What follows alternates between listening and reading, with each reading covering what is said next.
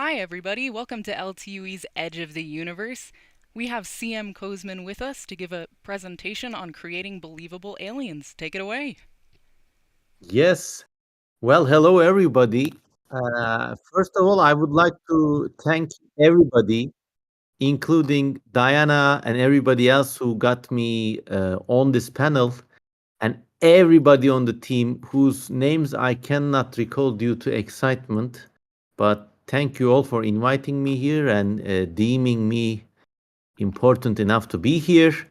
I cannot see how many people are watching, but I'm also very grateful to all of you for being here. And today we're going to be talking about designing believable aliens. Ideally, I would love to do this in a sort of more participatory way if I can see what everybody else is saying, writing. But barring that, I will just go on solo and just do my stuff.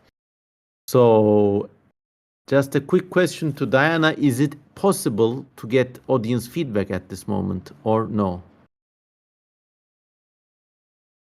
Well, I guess I will Um, just go on myself. Okay, well, most of you, I don't know how many of you are here. Just I'm talking to a group of people, I guess.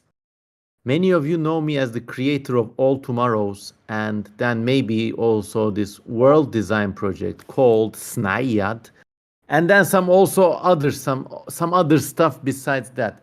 And I like animals and creatures of all sorts. I like looking at them, reading about them, and also drawing them. And now with you guys, I will now discuss maybe some of the principles of creature design as far as I can master. Now, let me show you an example from my big stuff in the background, basically. So, for example, this is a creature I created for one of my friends' world design contests. It's set in a sort of grim dark universe with a planet that has a different chemistry. So the animals on this planet have like a far more active metabolism. There are things that look like bomber planes that feed on even like larger zeppelin-sized creatures by dumping napalm on them. There are also creatures that kind of look like crawling mountains or slugs the size of forest fires. It's just fascinating. This project is called Phthanum B, and the creator is called Steve Mobcannon. And well, Steve just had a contest recently on how basically asking all of their friends to create creatures for them. And since this world was a sort of baroque world with like the basic anatomy on that world had creatures with lots of legs and stuff, I went ahead and designed something like this, which is like almost like a caterpillar rearing up to gallop, and it basically rams creatures with this head, and this like semi-lunate shape stops them from getting tangled. And then the physical kind of thinking begins. Like, if you got a creature tangled up in your head, how do you deal with that after you sucked its juices out? So I added two of these arms to disentangle the prey. But I also made them like kind of contiguous with the other limbs that make it run. And that was that. Now I could have left it there, but because this world, the Phthanum world, is a very like almost like a Dr. Seuss world. So there are creatures that shoot napalm and stuff. So I wanted this thing to look like a kind of British cavalry dragoon. It would run things down and like maybe with a gun shoot them and then eat them. So I added this thing that's like a gland over here, and so it's like the gland of a, well, we call them fart beetles over here, but I think over in the Western world you call them bombardier beetles, where they mix a lot of chemicals and they go push and repel predators. Well, in this case, these creatures have a similar thing going, but of course, this being the Phthanum world, it's kind of more exaggerated. So it's mixed as a not like a bottom projecting repellent, but something really like a gun. And just to make it more baroque, I added an sort of like an eye-like sensor to aim it. Then that was that. Then I said, how can I make this even more like Seussian?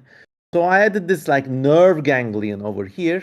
And this is basically a sensor atop this large tentacle, which also houses this thing's genitals. But if you put them all together, it kind of looks like this crazy, somewhat believable alien thing that like really runs things down, and it's got a little rider, it's got a little gun, and it's got a little horn action going on. And maybe the gist of the story is like, if you hurt this thing, it's really hurt and it can't really chase you. But the challenge here is like to have fun, and while having fun, to make it more believable and congruent. So regardless of how crazy you design your creature, it's going to have to obey the laws of physics. So one of the prime ways of making something like this work is just by giving it some weight and some gravity. Even if it's like a kind of like tongue-in-cheek running alien, you know, I would want it to be like still believable. And the only way you can do this is by looking at real animals and sketching them. Even if you're drawing the craziest thing in the world, there's a certain way how limbs work, how skeletons articulate. And so as a principle of creature design, I only recommend studying reality in the beginning, and then by following your mission requirements, that is to say, what are you designing this thing for? Now there, your knowledge of literature comes in, and your more poetic sense of, well, you got to make it like a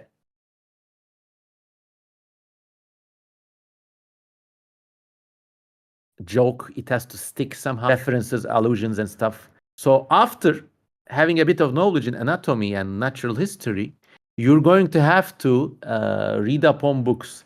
And to this end, I seriously recommend reading not just anatomy books, but in a way similar to me. There are a couple of more shelves like this in our house, by the way. But also read up on real history, real human experiences, and like non-fiction writing. It really helps. And I mean, for example, I have just finished a book of memoirs from a guy who was in the Mediterranean. And like one of the most unforgettable things this person mentions was that in the 1820s, all the ships in the Mediterranean have white sails because all their sails are woven from locally sourced cotton from the region of Cilicia and beyond.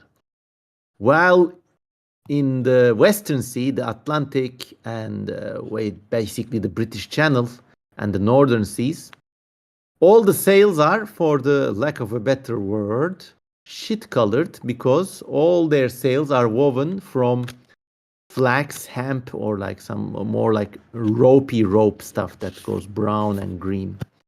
Well, these stuff really, if you read them long enough, they really accumulate. So maybe with that thing we can do a sort of sail creature and design it together with you. So now I just have a regular pencil, and I will show you. So if you're talking about maybe sails on a kind of like shelled animal, let's draw the shell first, so it looks more like a boat with the deep hull. So something like this, maybe. This is like a maybe calcium kind of shell. I'm drawing, I will show you my drawing now. I'm drawing the meniscus, which is the water line.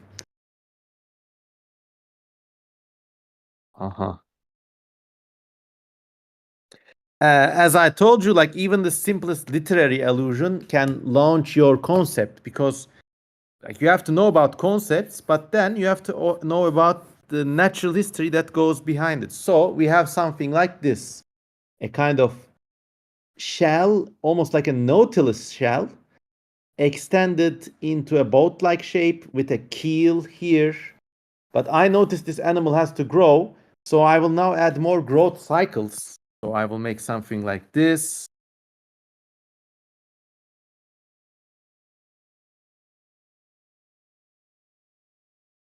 Let me just do it and show you. And I'm a boomer. I'm not a boomer, but I'm an aging millennial. I did not grow up with computers. So a personal recommendation, it's up to you to follow it. Paper and pencil first. Then you can get started on all the brushes and on the iPads and all the painters and I zoom a boom $100 pencils and stuff. So look, because this animal grows, I added extra keels for the growth cycle. So as it grows, so maybe we're doing a kind of a mollusk boat creature. Okay. Okay, so now I know from a fact that in the ancient world, people painted eyes on the prows of their ships. So just to honor that tradition, let's do some fake eye spots on our guy, okay?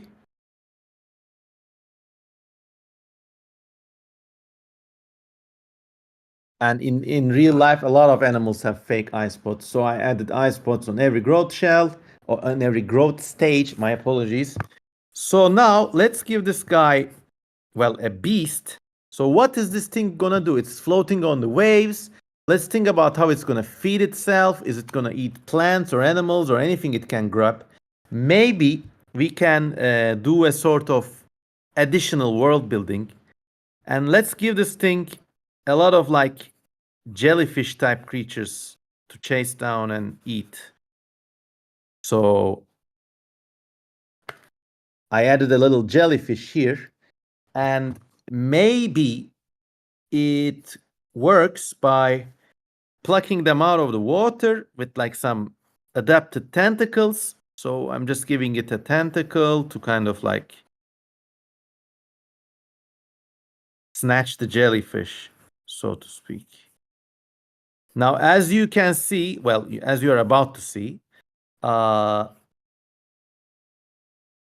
no matter how wild your creature is, there's a certain way, like you can almost sense how big this thing is. And I think it's like 6 feet long or some stuff. But like if this is 6 feet long and the tentacles like this, it's gonna need a lot of stuff to anchor it. So I'm just like you have to obey the rules of physics in your head. And the only way to do this is just to look at lots of stuff and draw them.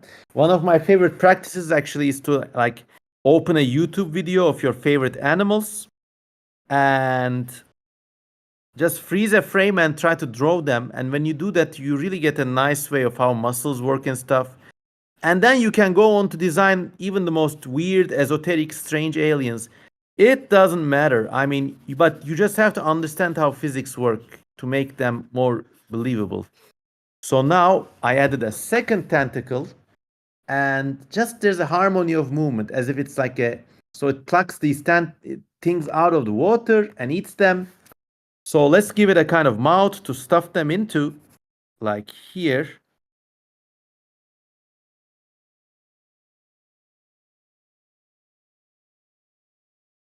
So we gave it the little mouth. So this is like a fake eye. It has nothing to do with reality. Let's see. So how does this know where its prey are? So maybe it has two real eyes here, almost like a snake. Sorry, almost like a snail. And maybe it has even four eyes, like some other snails. So I added the eyes here to look upon the sea and see its prey, and the mouth is here, so it plucks them up and tucks them in. Now, since we spoke about sails, let's give it some sail action actually. Well, how are we going to fit this? So let's give it two more tentacles. Almost like wings.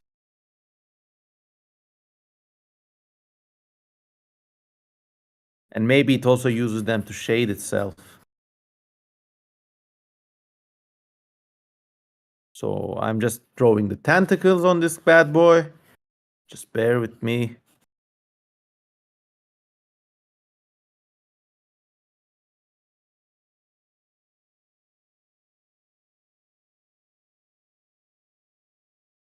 And here are the two sail or like shader tentacles. Maybe this is a dual function organ because in nature it's very rare to have organs that do only one thing. You know, this is used to sail in the wind, but it's maybe also used as a kind of hood to cover the creature when it's like sheltering from storms and stuff like that. I'm also gonna do a kind of like how does this thing reproduce, and I'm just gonna borrow something from real life octopi. And in real life octopi, they have this one very long genital, well, one very long tentacle that's been modified into a sperm depositing thing. So I also gave it this like secondary like sexy time tentacle, just drifting about. And maybe if it were a female, or maybe these things are hermaphrodites, all of them, it has got a similar tentacle, but maybe with these fronts to help it detect males from like the tide, basically. So here we are, our sailing creature. Now I will just do some extra coloring because I really like traditional media, even though I go back to render them in like digital format. So like this, I always have I always have just bear with me.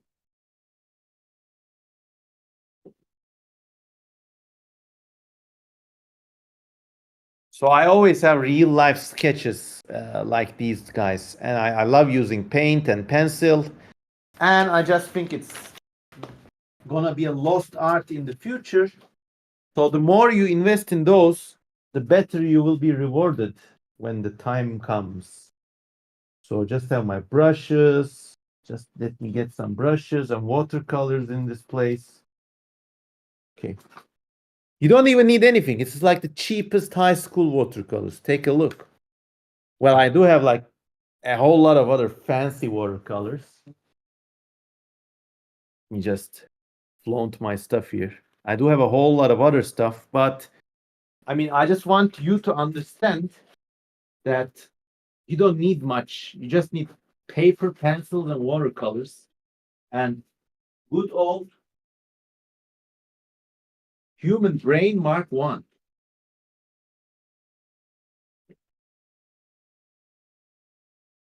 All right.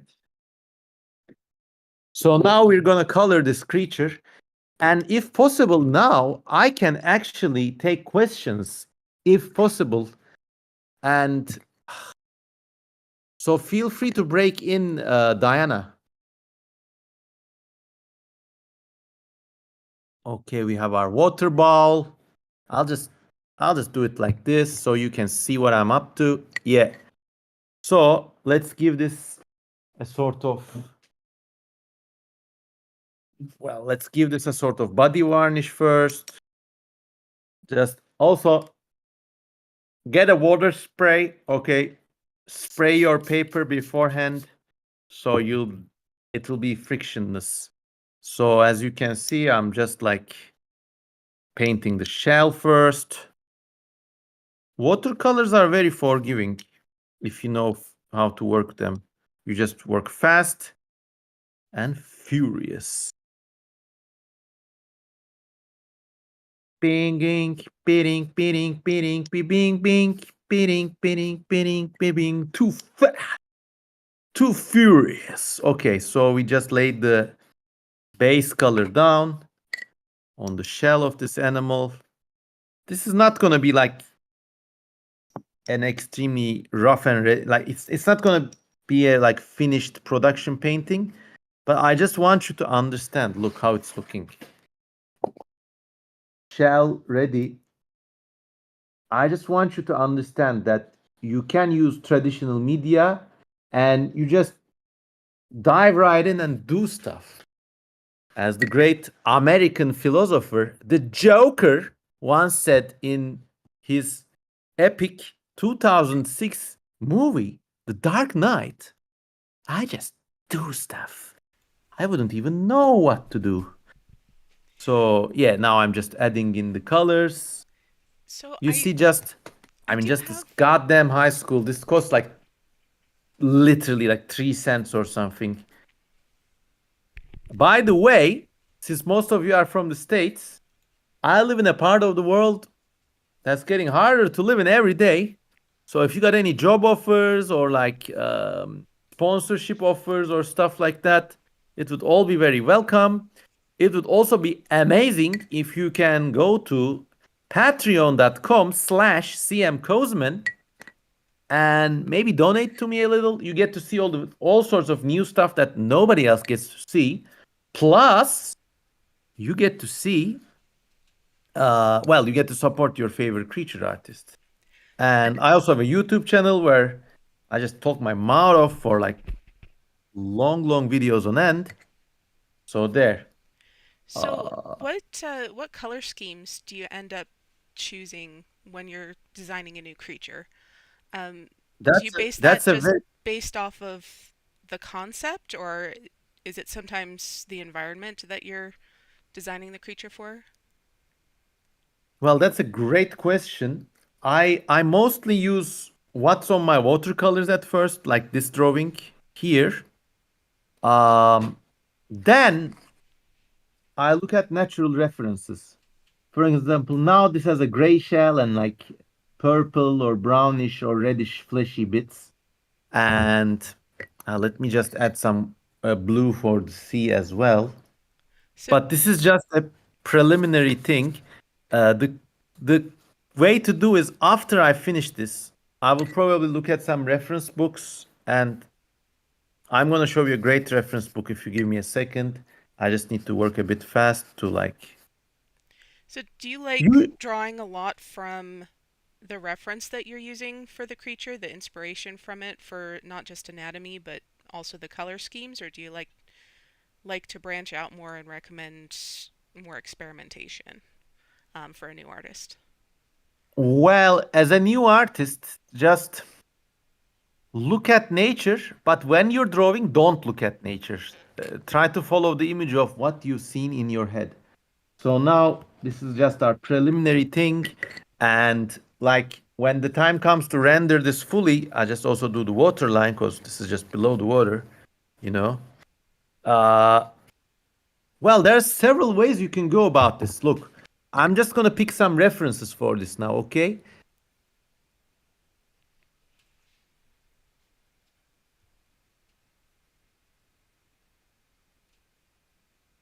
Our first reference is Cephalopods of the World, amazing field guide, but I will bring more.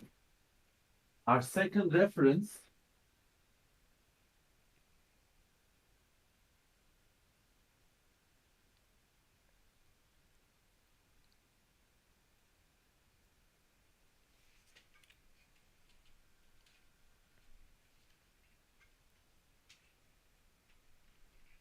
is Traveling Artists in Cyprus by this British researcher. Now you might say, you're drawing a creature. What are you doing with traveling artists in Cyprus? We'll get there. But first, let's look at our shell. Let's look at our reference with the cephalopods. Now, for brevity, I will skip the interior of this thing, but this is an amazing book. It's just an amazing book, like full of.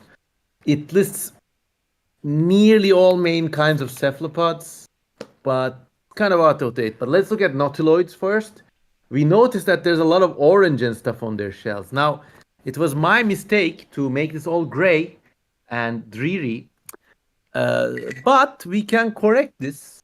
Now, I'll just take some more stripy stuff and just add some stripes like so, just very faint because it's a large animal. I also noticed that on boats there's a line of like slime near the water line because it accumulates lots of parasites and stuff. So I'm just doing this kind of like filt on the sides so it looks like more rugged and like something that's actually interacting with the sea. Now our second reference comes into play. Traveling artists in Cyprus. Now, even when you're drawing the strangest aliens, remember you're a human being. So of draw from the history of the part of the world you're living in. And how did these get in here? Okay. Now, what you're working on, it's of course we don't have enough time for you to do a full illustration. Um, would you say that that's a quick design? Would you reiterate or redesign something multiple times, or do you usually go with your first take on it and just build that into something more complex as you go? Well, for this, I would go with my first take, I think. But there's also another way, and I call this bus sketching. You literally have to be on a bus, have a sketch pad, and sketch, sketch, sketch, but tiny sketches, no bigger than a matchbox. When you do that, the bumps of the bus make you make little mistakes, and sometimes those mistakes really like take your drawings to new places.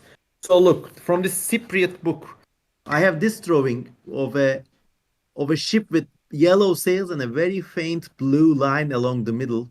Now, this was something I could never imagine if I was just trying to draw an organic creature, okay? So I really like that blue line. I want to put something like that somewhere. So what do? I do is I get my brush, I load up my blue paint, and just very faintly, maybe because these animals, I've been like annoyed at this like pure colors here. So just very faintly add some blue lines here, here, here. Yes. So, when you're designing an alien, do you think that the environment that you put them in changes the perception of what that alien is or um, what it could be, what its purpose Oh, is? exactly. I mean, it's the same state with nature art. Look, the best nature artists, also even like the best dinosaur artists, they spend most of their days just drawing plants and mountains and sunsets and backgrounds. And then the creature is just like on the side, but still it's very well deserved, designed, of course. The environment can really take it to strange places. Like imagine a imagine a creature with six legs. You know, many of us have seen or drawn these. Okay, but imagine a creature with six legs walking near a stone formation like the Giant's Causeway in Ireland, for example, which is a formation of really impressive hexagonal basalt columns on a seaside.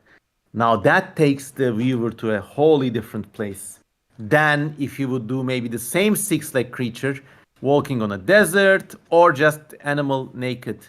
So yeah, that's a big influence the environment. And for this painting, I don't have that ready, but maybe if I was just doing this for a bigger project or if we had more time, I'm just let me just do a thumbnail. It also really works well. Like you have to do a thumbnail with sort of the creature, the ship, or whatever this thing is. And we have a question in the chat, if you're okay with that. Um, Yes, perfect. Captain Jax asks, you create all kinds of very fascinating alien creatures that look both bizarre and believable. Why do you Mhm. think this is such a rare thing in visual media, such as movies and TV shows, that tend to create aliens that are very familiar? Well, movies run a double risk because, well, in movies, they are doing it for a mass audience. So the audience has to say, ooh, alien.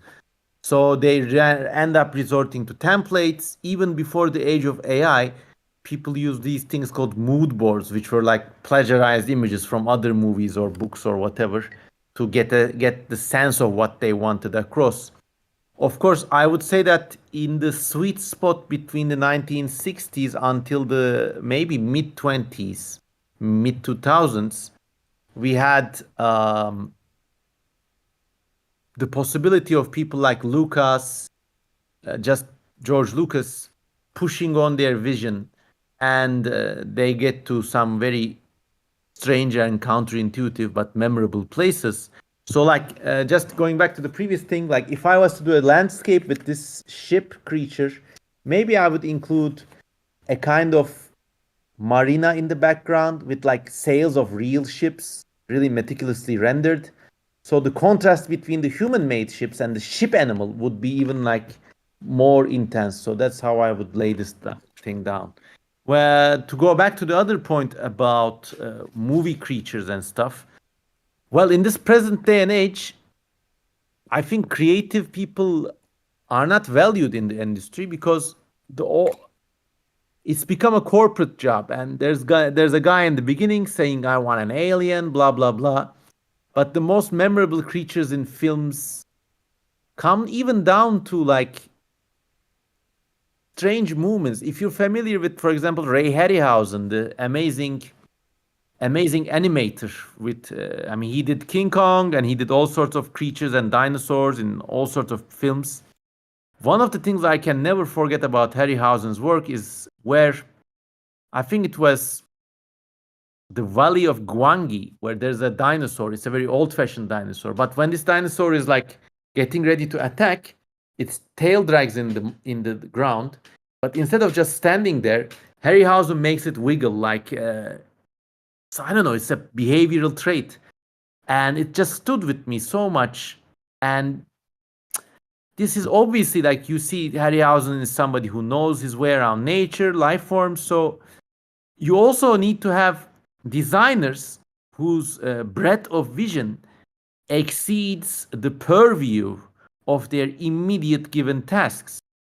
I'm afraid to say, like, technically you can be amazing, but if you just study other design, if you just specialize, you need to broaden your horizons.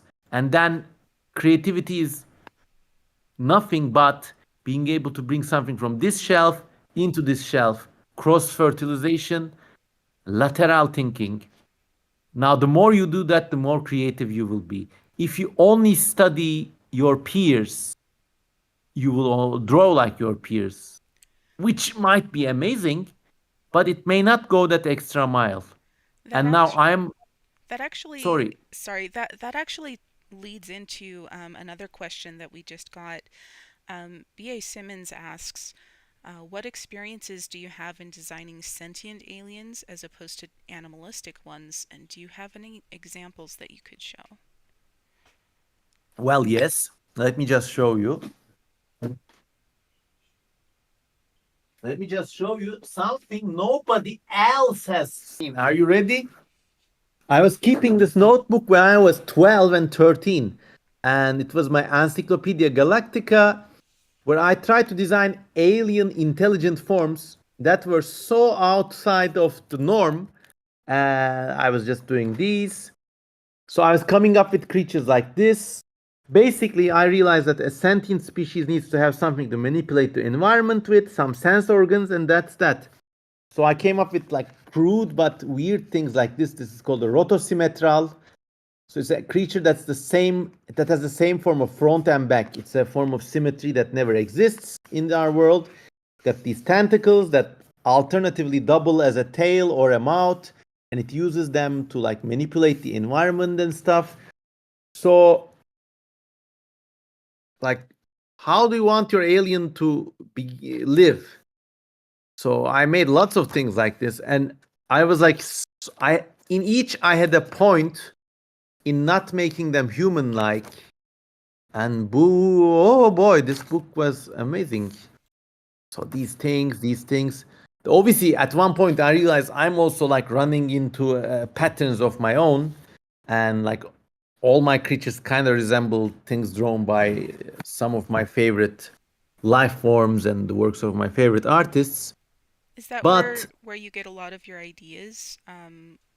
Like, what got you interested in creating creatures and inspired I your think work? it was like a disease from childbirth, because like one of the earliest games I remember playing was like getting this big ass super marker and then drawing eyes on chairs and shit, and then making them like, oh, dad, it's a chair creature. Of course, my parents had a fit when they saw I painted eyes on everything. But I just wanted to see strange things and I just wanted to like make them. And like it was a compulsion to me. And I mean, my driving force these days is not making intelligent aliens or like, it's just these days I'm just like trying to get ideas and trying to illustrate them or just having fun, really. I will note that I have not worked for any paid Hollywood design project yet. I hope this changes someday, but it's the also testament to my personal drive that I may not ever get a Hollywood gig, but it will never stop me from creating creatures. I'm doing this to scratch a personal itch, which may be there since childbirth, and so there. And I have great respect for artists like that who not necessarily creature designers who just do something because they feel a need to do it. And and yeah, there's that. I've got a couple more questions in the chat here. They're kind of pouring in. Um, Yeah, bring them on. so Vibacat, I'm not sure I'm pronouncing that right, um, asks, do you ever edit by hand or solely by computer um, for finishing your work? Very, very good. Very, very good comment. Let me show you something else then.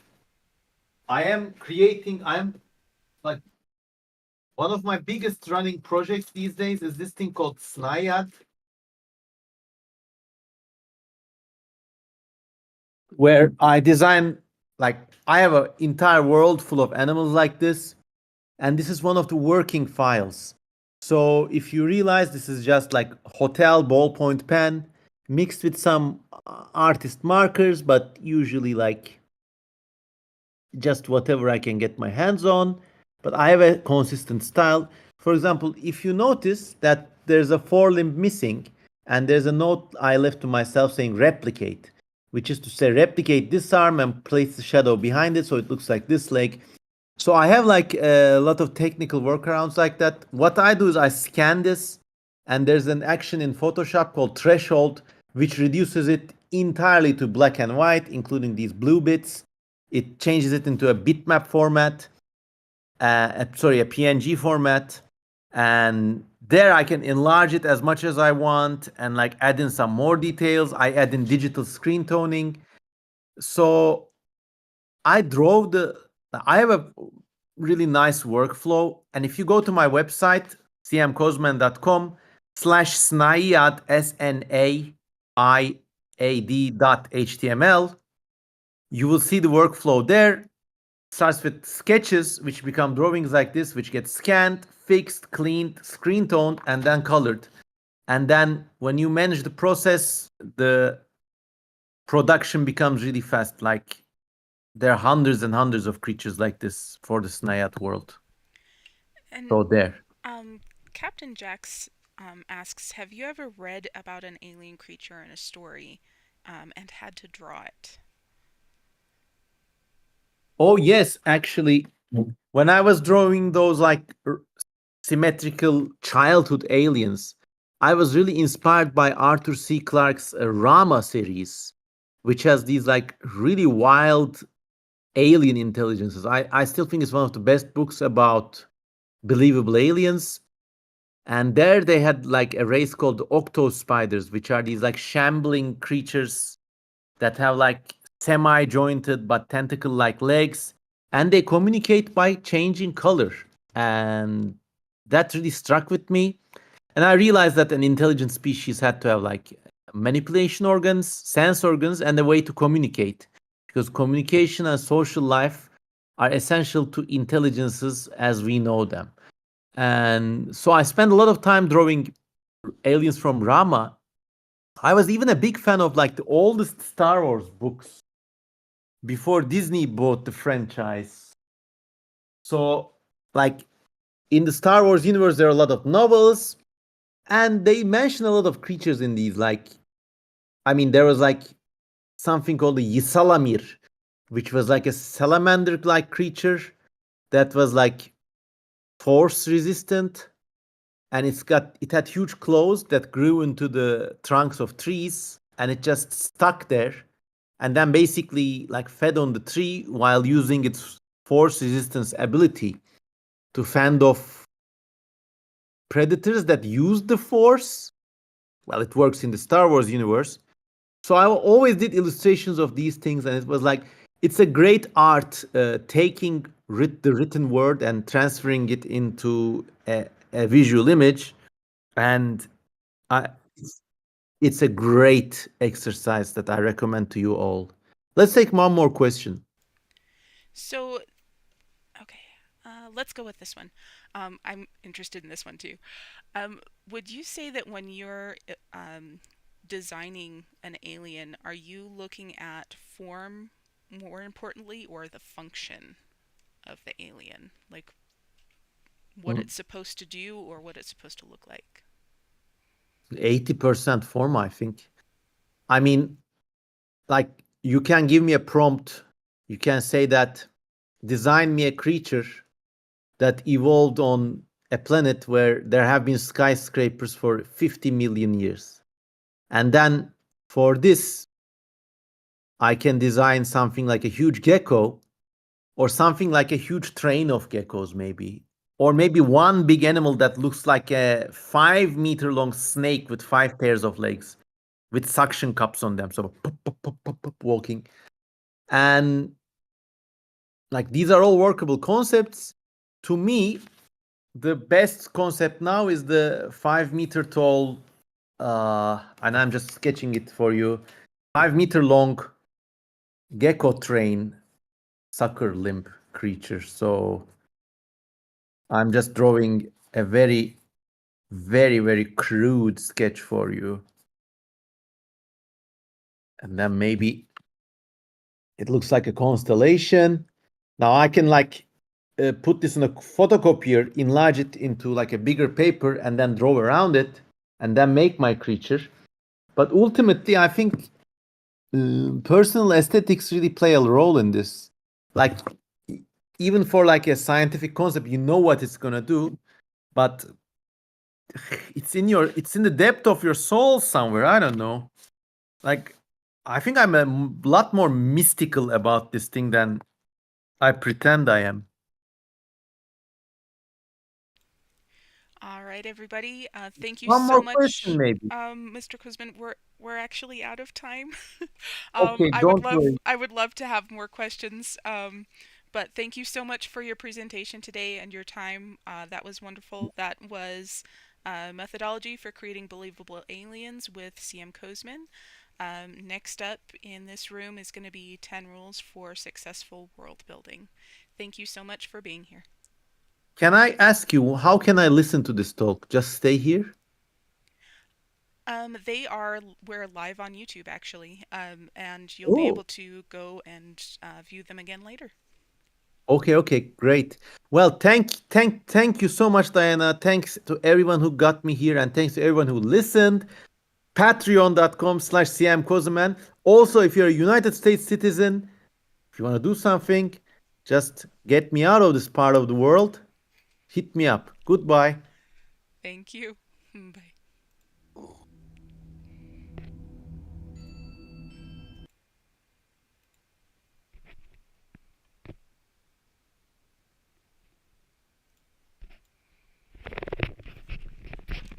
Transitioned right online.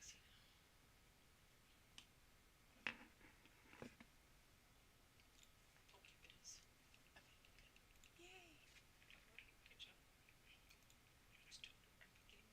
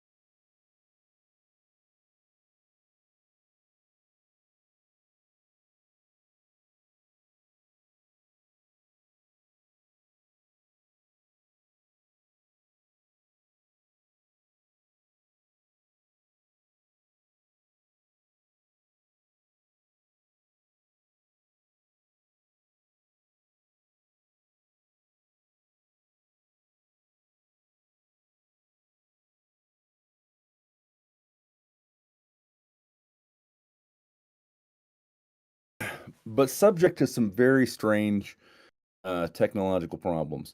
So I say this as a guy who has 10 years of experience teaching classes on WebEx and Zoom and Adobe Connect and Teams and even Discord, right? I've done this a lot.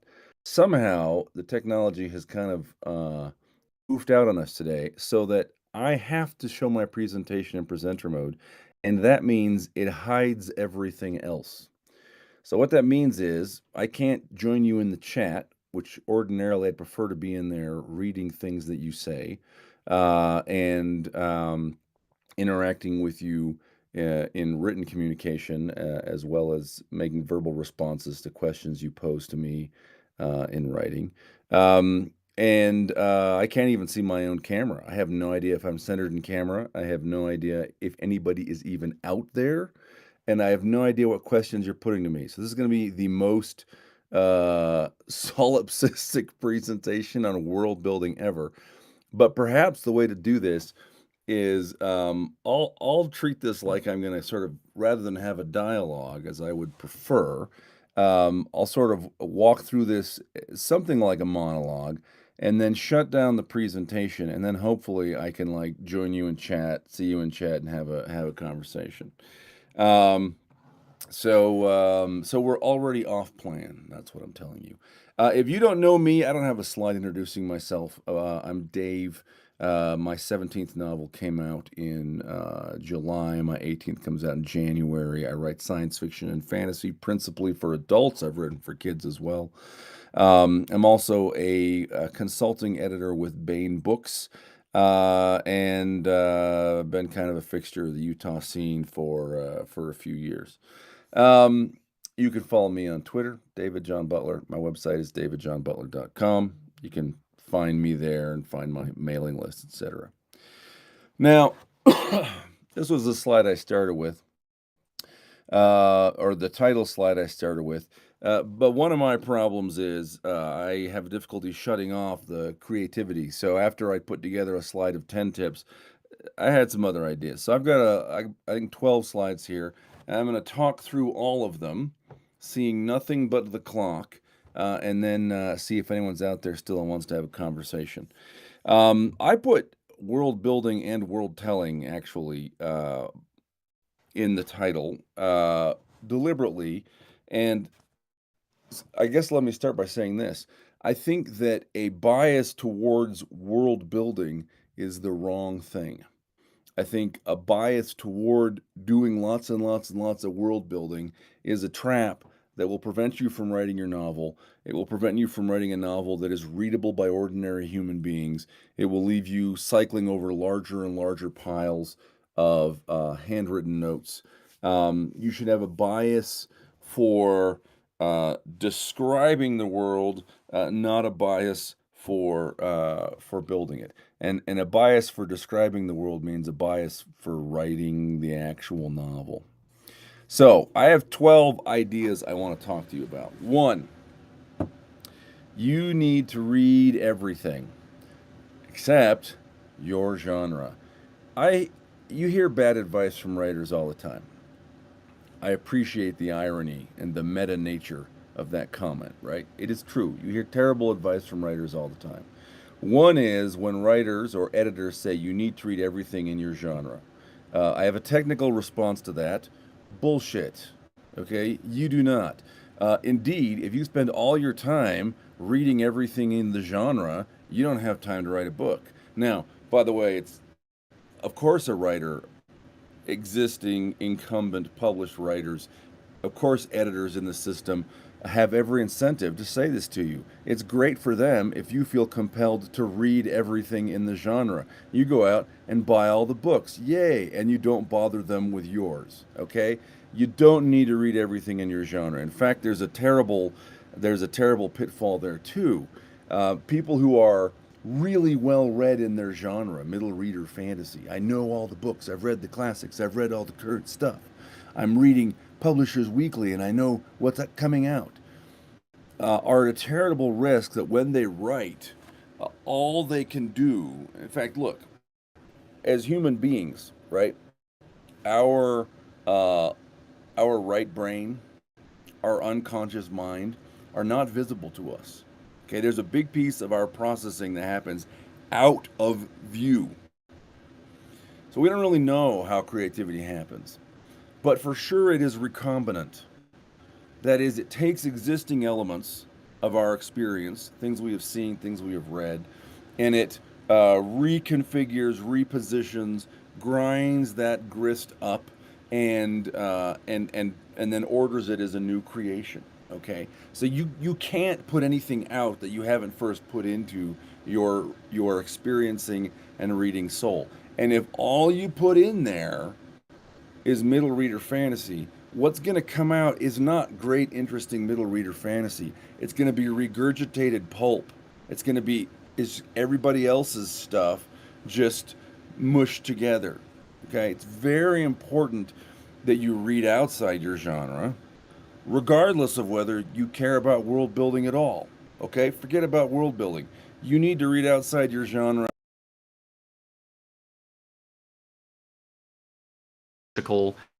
People to make it all function. And in my mind, I suddenly had this vision of how this was all going to work out.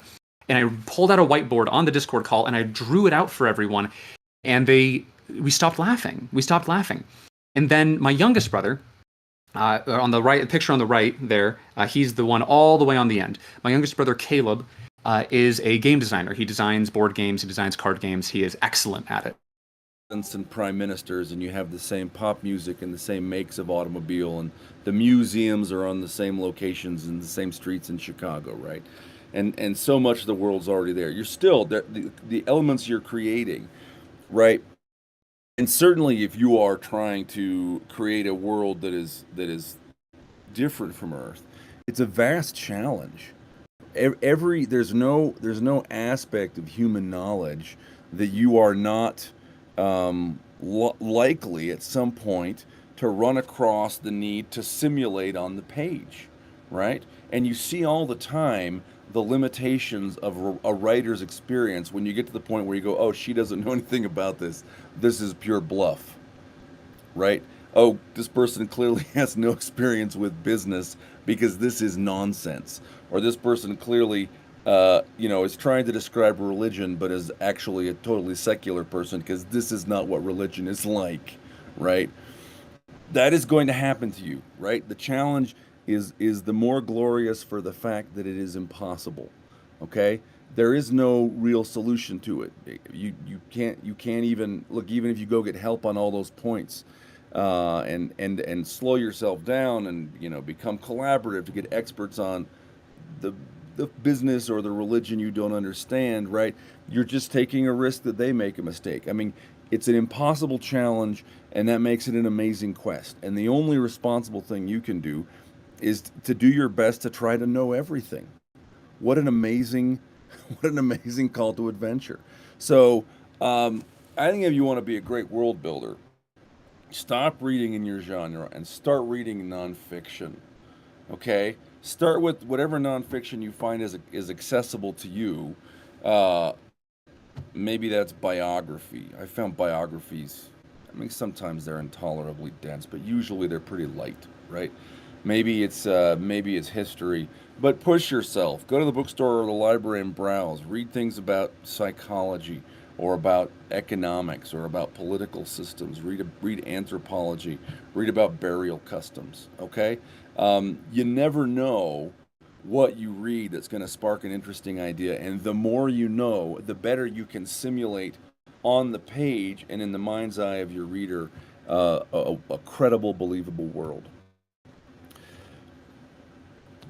Recommendation 2. You want to keep scratch files. There's sort of two things I mean by this.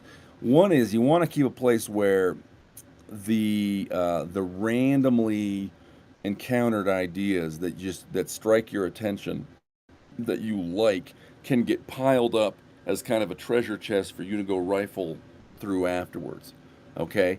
And maybe that looks like just a notebook. I have notebooks back here behind me on the shelf that I do this with, where you come across some idea and you go, hey, this people, for three days after they bury a dead member of the tribe, they wear masks. Why? So the ghost of the dead person doesn't come back, recognize the family, and decide to stay. So for 3 days, they have to fool the ghost of their loved ones that they are strangers, and then the ghost will go away and not haunt them, right? Wow, how cool is that? Write that down, right? Somewhere, sometime, you're going to use that in a fantasy novel. So you should keep something like that generally. But also, if you're sitting down saying, I'm going to write a novel, right? In fact, I might have an example of this. Let me see. I should have grabbed this as... No, it's not right there. So I'm not going to go look for it. If you're sitting down to work in a new setting, you could do a similar thing. You just do it directed, okay? You've been reading stuff for years. You have big scratch files. Maybe you'll go look at them, maybe not. Maybe you'll pull things off the shelves, maybe not. But get a notebook, and every day as your world-building exercise, pick some subject and just fill 2 pages with thoughts you may not use around world building, right? So, I'm going to write about coinage today. I'm going to make up some coins that work, right? I'm going to write about, the slave trade and how it's practiced in this setting. Let me write about the city's main cults, right? Every day, just pick a finite subject and go explore it intensely, right? That stuff may not all become canon. That may end up in your archives, in the personal letters of you at the library that houses your archive. Okay, fine, awesome. But when you go to write the novel, you got a notebook full of, let me go in here and grab great ideas. So building on that, and kind of implicit in what I was just saying, I think that when you are building your world, rather than say, oh, I'm going to world build for 90 days and then I'm going to transition to the novel, I would say do some world building every day while you are also working at the beginning of your novel, while you are maybe outlining, writing characters' backstories, drawing up maps. Hey, that's part of the world building exercise, right? And then even as you are beginning, You can keep going with the world building if you feel like there's more that you need, right? But don't turn it into a whole its own project. Why? Well, because unlike a novel, right? A novel, you start out and you go, this novel is going to be 100,000 words, or this novel is going to be 200,000 words, right? Or if you're Christopher Rocchio, it's going to be 300,000 words. And then it's over. World building is potentially infinite. So don't commit months to it. Don't commit days. While you are doing it, do it for a few hours a day. I talked about, look, your creative mind or soul or heart, the Egyptians would have thought, is invisible to you, right? But as you are creating things, inevitably you are ripping off the real world.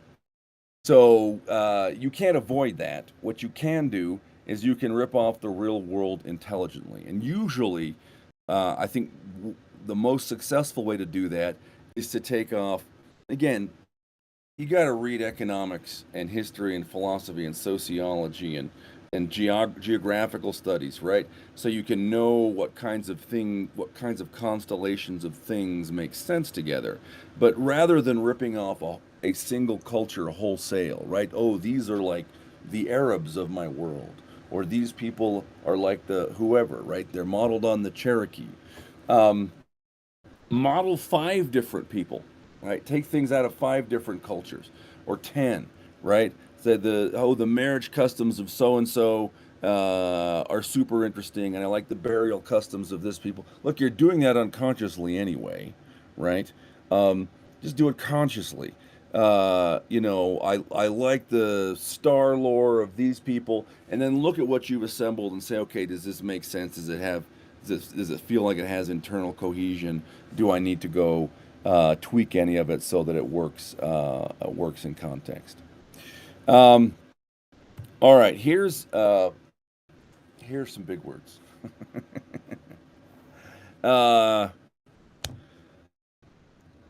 all all at least in human experience, human culture, okay? Uh, Taxonomical designations are only approximate. What do I mean by that? I mean by that when you look at human experience and you designate something like, let's say, race, okay, uh, it turns out that that's never a perfectly true or accurate designation. It just isn't. We're more complicated than that, right? I have 2 parents. Each of them had 2 parents. Each of those people had 2 parents, right? Nobody is any one thing.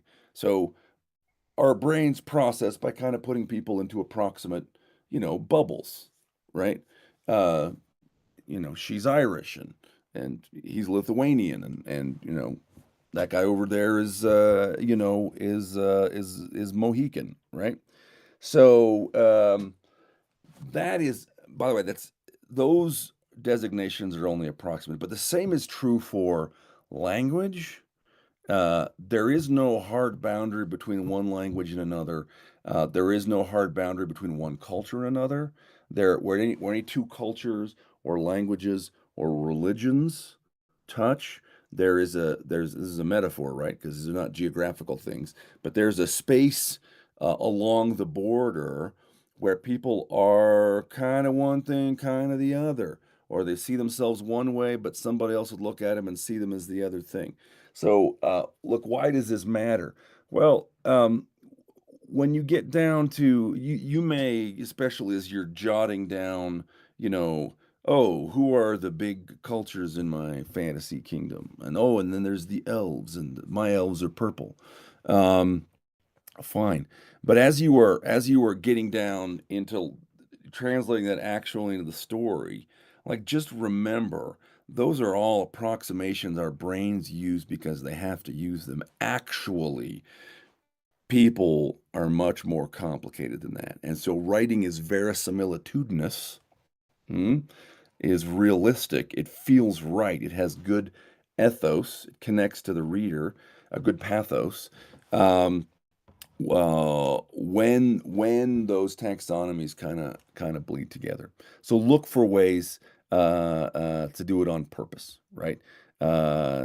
Maybe a character, sees himself as Latino but doesn't speak any Spanish, right? So kind of is on border in kind of an interesting way, right? Um, or whatever it is. All right. 6. We're about halfway through with 6, so I think we're doing okay on timing. Um, this is to repeat something I've already said. You can world build too much. How much is too much world building? If you don't write the book, you did too much world building. Okay. The goal is not to have an encyclopedia of your setting. That's something that if you're a bestseller and they're like, and you're like, I'm still working on book 6. Leave me alone. Well, okay. Well, can you at least produce some? Can we take some of your notes and make an encyclopedia? Okay. Right. The goal for you is not to produce an encyclopedia. Don't aim for that goal. If at any time you should have a bias for writing the novel. Okay, if you're a novelist, I assume if we're talking about world building, you write novels. Okay, if you're a novelist, your bias, your basic, I get up in the morning, what am I going to do? I'm going to do some things that will result in a novel coming out.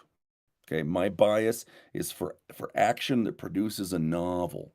If at any time you find that your bias has become for producing world building, you should just quit. Quit cold and keep going with the novel, or quit and turn to the novel, right? Come back to world building only when you need it. Yeah, I don't have a slide for this, but you don't have to have the world. In fact, you won't.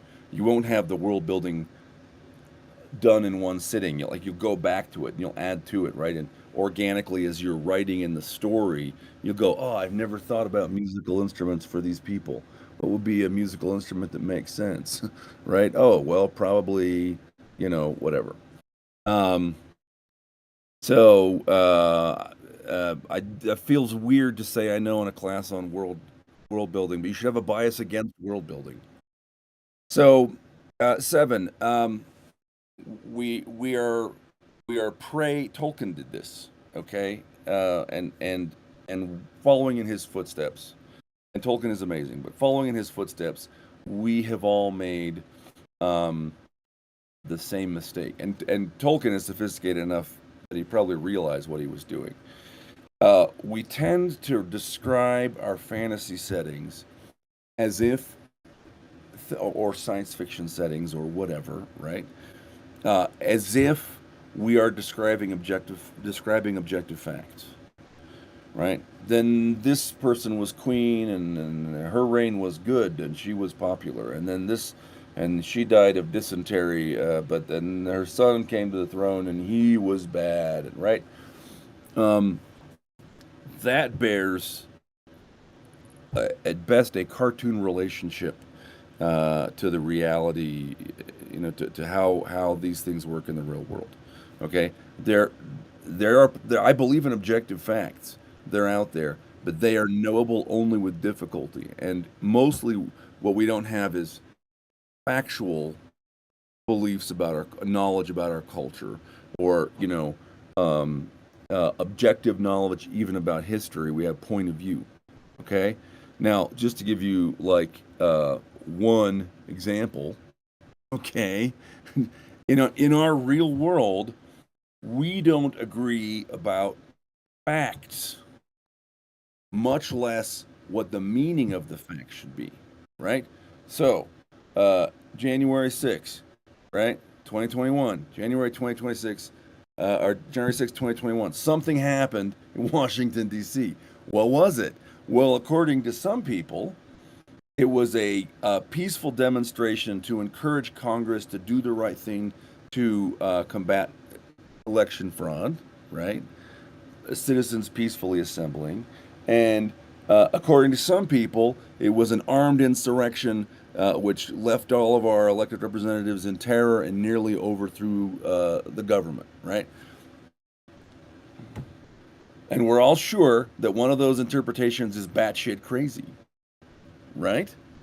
So your fantasy world should be similarly rooted in POV rather than in simple objective statements. Okay. Now I have some thoughts about how to do that. Here's a big one. Rather than creating, an objective history line by line, and then this happened, and then this happened, and then the other thing happened. Create an in-world document. Create a series of in-world documents. Create in-world documents that disagree with each other. And these could be analytic histories. If you go back before, the discipline of history is not just telling what happened. It's trying to say, here's what happened, and also let's analyze the meaning of it. Why did it happen? What resulted from it, right? That's historia, as the Greeks invented it. But before we had that discipline, we still had annals. Analytic history. You go back and like the Old Testament historical books probably are they're thought to have been based on annals that were kept in the courts of the kings, and the Anglo-Saxon chronicles a kind of annals, and an annals is just a document that says, year 2 of the reign of Bert, we built a monastery here, Vikings attacked Lindisfarne again, such and such happened, right? There was a plague in Londinium. Year 3 of the reign of Bert, nothing. Year 4, right? Create analytic histories. Create poetry. I love to do or folk tale, folk song, or folk music, and tell history, talk about facets of culture, and without even purporting to be an objective source, right? And so you can have hymns, war songs, folk songs praising the generals on both sides of some historical battle, right? You should. If your world was real, it would have those, right? And having the characters encounter those rather than having them objectively tell each other, well, 17 years ago there was a great battle, and the mighty and righteous Bert was defeated by, evil Jiminy, right? It's much more realistic that they encounter those partial points of view. So even if you don't use the in-world document, creating an in-world document like, okay, this is going to be the memoir of the steward of the last high king, and he's writing this, in hiding 2 years later, trying to describe from his point of view what happened, right? Will set up a more, even if you don't ever put that in the book or even fragments of it, right? That sets up a more realistic approach to fact in your setting than you listing a bunch of what are ostensibly the facts. All right. What do I mean? Well, first of all, show, not tell. World building is, man, this is a place where we really license ourselves to just tell. Okay? Now the narrator is just going to tell you, the reader, about the war between the Unicorn Clan and the Phoenix. Right? There are readers who really get a lot of jazz out of that, but they are not most readers, okay? Mostly that approach to telling your history is going to turn people off. But you can do a lot, or I would say do this. Try your best, rather than to say a big idea, to say, what is a detail that I can show to communicate it, right? Like what? Well, rather than say, oh, a different civilization used to live here, you can have some of the oldest buildings be in an obviously different style of architecture. And you don't say different style of architecture. You just describe the central buildings around the central plaza were larger, and they were made of stone, and they all had porticos facing south with large, perfectly smooth columns, and the corners of the building were worn by age, right? You just describe it, and the reader goes, oh man, there's some older buildings in here. These guys, people who came to build this city, built on the ruins of an older civilization. I wonder, right? And then you're engaging their imagination. I wonder to what extent this older civilization is in their culture, or is, are there hidden powers here or whatever. Um, or rather than say, culture A dominates culture B, they are conquerors. You can say, you can show that there's a curfew, and only people from culture A are allowed in and out after the curfew, and only if they show, identification, or if they, pay a fee. So it has to be, it's the rich members of culture A. That's who rules. Or, if you want to show, hey, this culture, they're far traveled traders, right? You don't have to say that if you show their distinctive trade goods or their coins in locations far away from where they're located, right? Oh, look at this. Here's a Dutch pfennig, right? Here I am, 500 miles away from New Amsterdam, and I see their coinage. I guess their traders come this far, right? So, and it's usually the little details. It's usually the little things. And again, reading a lot of nonfiction is really going to put your head in a space to be able to see these kinds of ideas, right? To have these kinds of see the kinds of details that you can use this way. I got a couple more tips about exposition. These are tips about exposition broadly. Setting is not the only thing that you need to occasionally expound, right? Sometimes you have to expound ideas, or other kinds of things. How do you do it when it's unavoidable? Here's one tip: don't have the narrator do it. Okay, have the characters do it. But characters don't usually sit around telling each other histories. Hey, do you recall back during the upright of evil, or the rebellion of evil Jiminy against upright Bert, how there was a battle not far from here, blah blah blah. Oh yes, I do remember that, Joe. People don't talk that way to each other unless they're children, right? This is why Dan Brown will put an idiot in every novel, right? So the smart Dan Brown character can explain to the idiot what's going on. That's boring. But you can have the characters disagree, especially if you have points of view, right? You have points of view. I mean, this is something that was great about Firefly, right? Is Firefly really the character of Mal is not Han Solo. He's Jesse James. He is a fighter on the losing side of a civil war who is now basically an outlaw, um, under the rule of his former enemies, right? And so it would come out that how do we hear about the Battle of Serenity Valley, and about the war, and it's through dialogue between people who don't agree about it, so they have a reason to talk about it, not so I can say I'll explain to you how the Battle of Serenity Valley happened, but so I can say, you bastards, uh, you know, didn't fight fair, whatever, right? So argument is a way to add tension into exposition. Now here's another, and this is like a low down dirty trick, but it's a good one to know. There's a technique that is sometimes referred to as the Pope in the pool.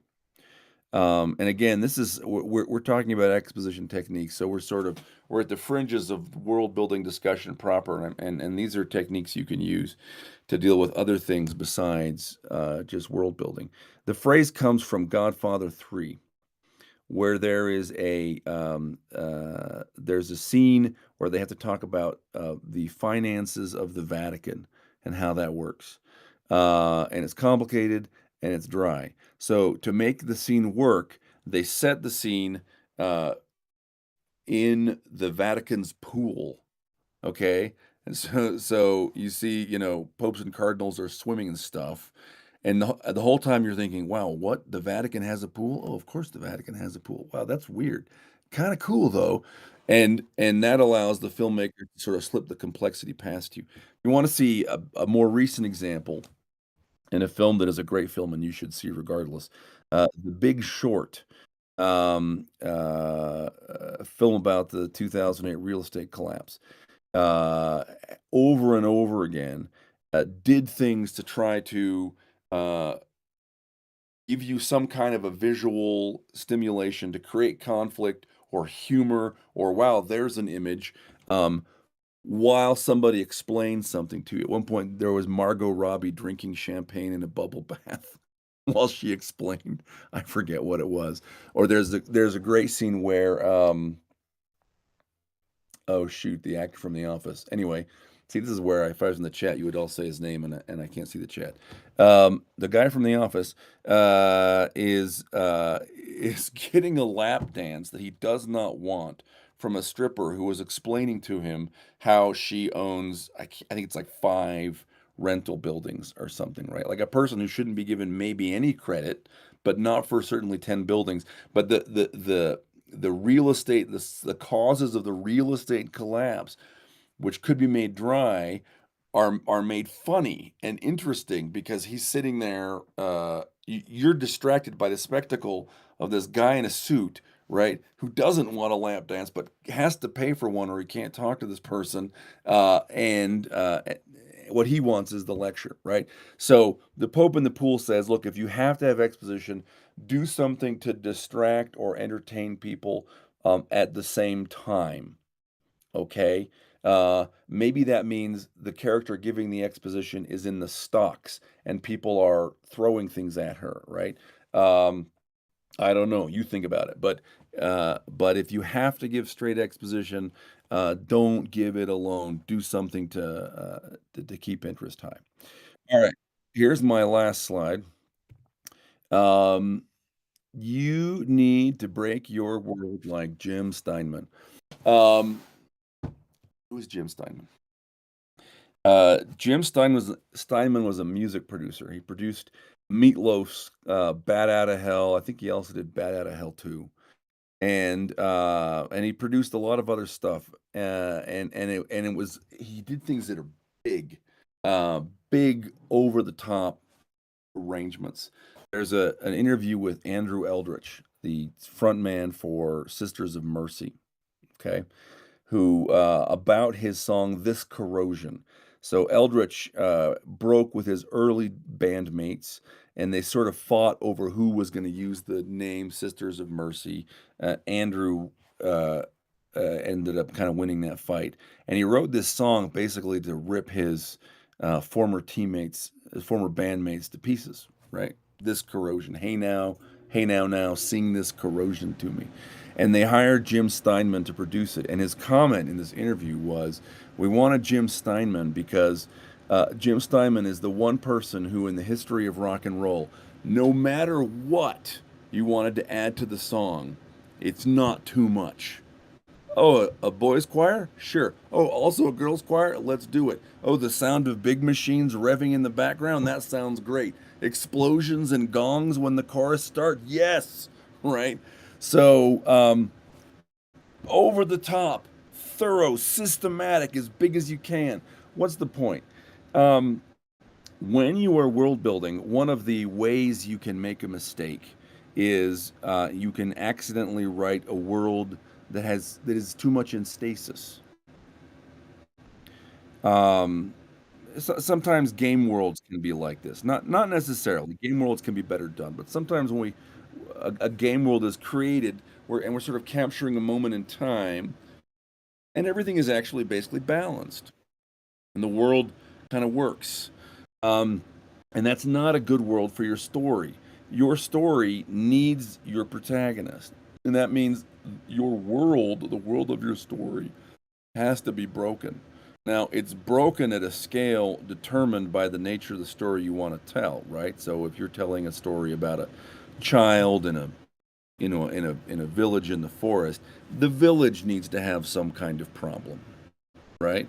But if you are telling an epic fantasy story about a dark lord and a corruption leaking into the world or whatever. Like, your world needs to be big, wounded in a big way, damaged in a big way, broken in big, debilitating ways.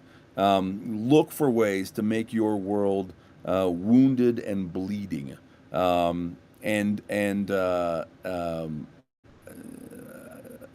I almost don't want to say this, but like, too much is not too much, right? The world should be in real trouble.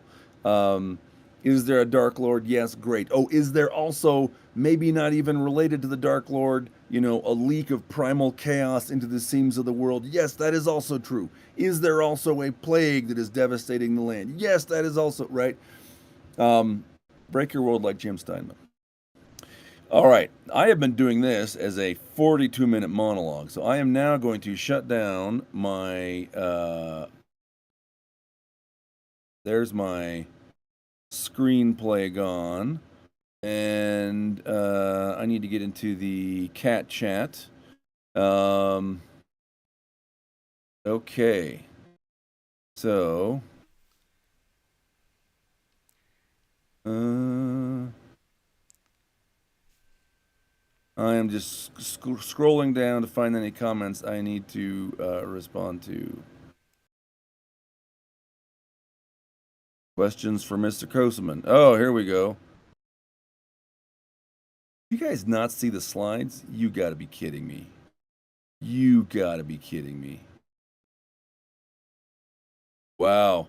If anybody is even left, I am now looking at all of the comments where you say, I could not see the slides.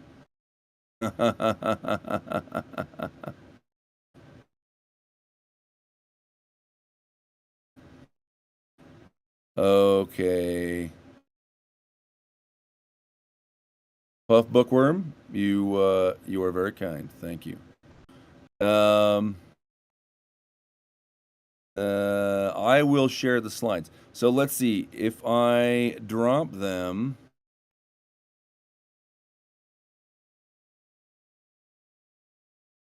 The title does say 10, but I gave 12. Hold on, I'm scrolling down.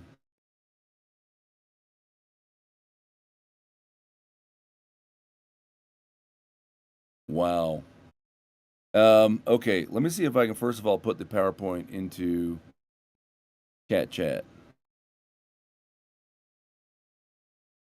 That appears to have worked. My apologies. Oof. We are left. There are some of you here.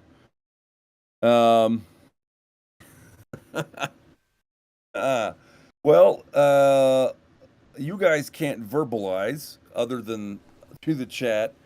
Is there anything you want to talk about, or There have been some questions. someone asked, "Hey, recommend a good piece of nonfiction." Here, let me recommend a great piece of world-building nonfiction. Okay, that's like an amazing piece of real-world world building that, in fact, inspired me to write a fantasy series. Okay, it's called Albion Seed by David Hackett Fisher. And I think Fisher doesn't have a C, right? It might be SCH. I think it's just SH. So this is a 900-page history of the English immigration into North America, and only related to Arthurian legend in the sense that Albion is a name, or Avalon, right? These are names that revolve around kind of Britain. Okay, I'm glad the slides worked. I mean, it's literally just, it's almost just titles, right? I didn't have like a lot of text or diagrams to look at. So Fisher looks at the immigration from England into North America, and he says it's not one immigration movement, it's four, at least four big ones. And each of the immigration, so it's the Roundhead Puritans to the Massachusetts Bay. It is then the sort of West England Cavaliers to the Chesapeake, It's kind of central England, really kind of Danelaw Quakers up the Delaware Valley, and it's the Scotch Irish. He calls them the North British borderers, to who come and in all the good land near the coast is taken, so they go back to the back country, right? Um, and literally each one of these four related but distinct cultures, it's a 200-page world building treatment. It's so awesome, where he goes through and says, okay, these people, here's the names they brought with them from England, and here's the kind of Christianity they brought, and here are the burial customs and the building customs and how they ate and how they recreated. And even if you didn't read that, if you just went and said, I want to use this as inspiration for what kind of things should I be capturing in a scratch file when I sit down to create an imaginary culture, what are the sorts of things I ought to think about? That is a fantastic. It's also heavily illustrated, right? So it's not just a description that says, dog trot cabins with blah blah. No, there's like a picture. What he means by a dog trot cabin. Look, if you want to get into reading nonfiction, that's a great one for several reasons. All right, list of questions from Captain Jax. Joseph, what would you recommend to keep readers feeling grounded when they're conflicting points of view looking at world lore? Well, first of all, make sure that it's clear that it's the character's point of view, right? If the character is thinking it, just make sure that the way you're writing point of view is unambiguous and you know whose point of view you're in. Or you can have characters disagree. You can or have somebody else express doubt, and you don't have to do that every single time. You do it once or twice, and the readers will get it, right? Well, that ain't the way I heard it. What I heard was he tortured the survivors, right? And then suddenly you've got oh wait, there's more than one story here. And by the way, and I'm not saying you want to introduce moral ambiguity, but maybe uncertainty as to who is the good guy, right? Can also be introduced right along with that. You say don't read everything in your genre, read outside your genre with another possible solution. Yes, Captain Jax, I think you're getting at the same thing the other way. You're just saying I'm going to change the genre. Absolutely. You don't want to be warmed over Tolkien. That we had a generation of that, right? And we had a series of warmed over Harry Potters. It's great to love stuff. It's great to read some things in your genre, right? I mean, you want to read it because you love, because being a reader first was what brought you to being a writer. But I am, for all the stated reasons, I'm highly dubious that it's important to read everything in your genre, or that is going to result in you writing good books. Getting some other recommendations. Another possibility, and I hate to encourage activities that risk being quasi-literate, but we live in an age where there is a lot of nonfiction that is accessible in audio or video format, right? And by the way, this may also be a way to become more efficient with your time. Maybe there's a set of nonfiction podcasts you can follow, right? History podcasts or kind of culture podcasts. Even kind of, big popular idea podcasts, although I'm wary of that stuff. I think I think one of the heresies of our time is TED Talks, and the idea that, as Sam Bankman-Fried said, anyone who has written anything longer than a blog post is wasting their time, right? The best knowledge is not capturable in little one paragraph statements.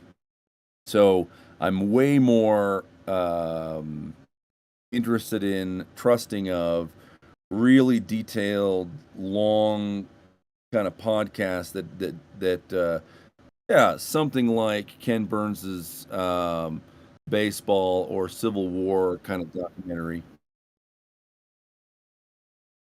Okay, that sounds like I just have to stop right now. Yeah, that's not like a time warning.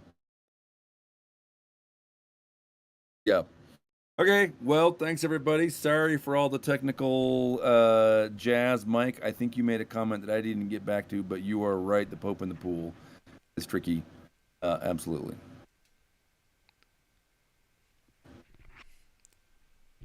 So I wanted to thank everyone for for attending this talk by Dave Butler, and even though we did have technical difficulties, I'd encourage you to come back for the next hour in about 7 minutes, reframing the past bullying experiences through the lens of Harry Potter, and or go to one of the other presentations in one of the other rooms.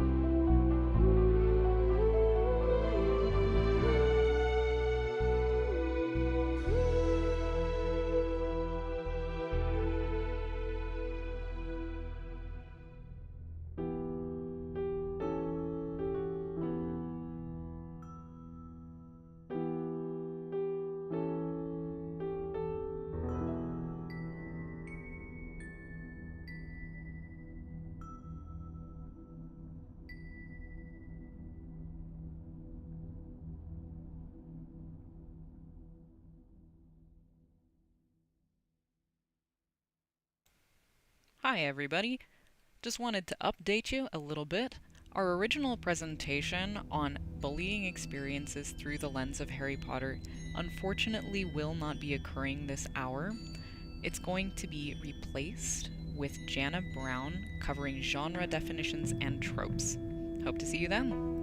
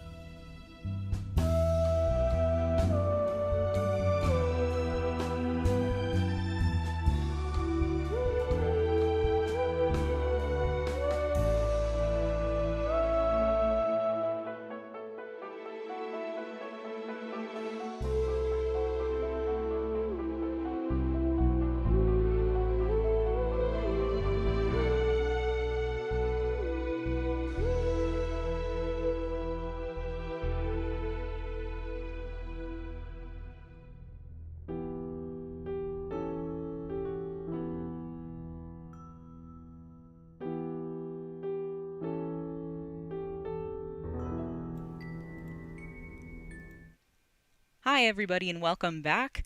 This hour we have Jana Brown, and she's going to be presenting on genre definitions and tropes. Take it away. Fantastic.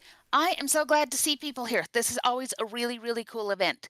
As she said, my name is Jana Brown, Jana S. Brown. My father informs me that just because I got married, I am not allowed to drop the importance of my last that is now middle name. So it remains.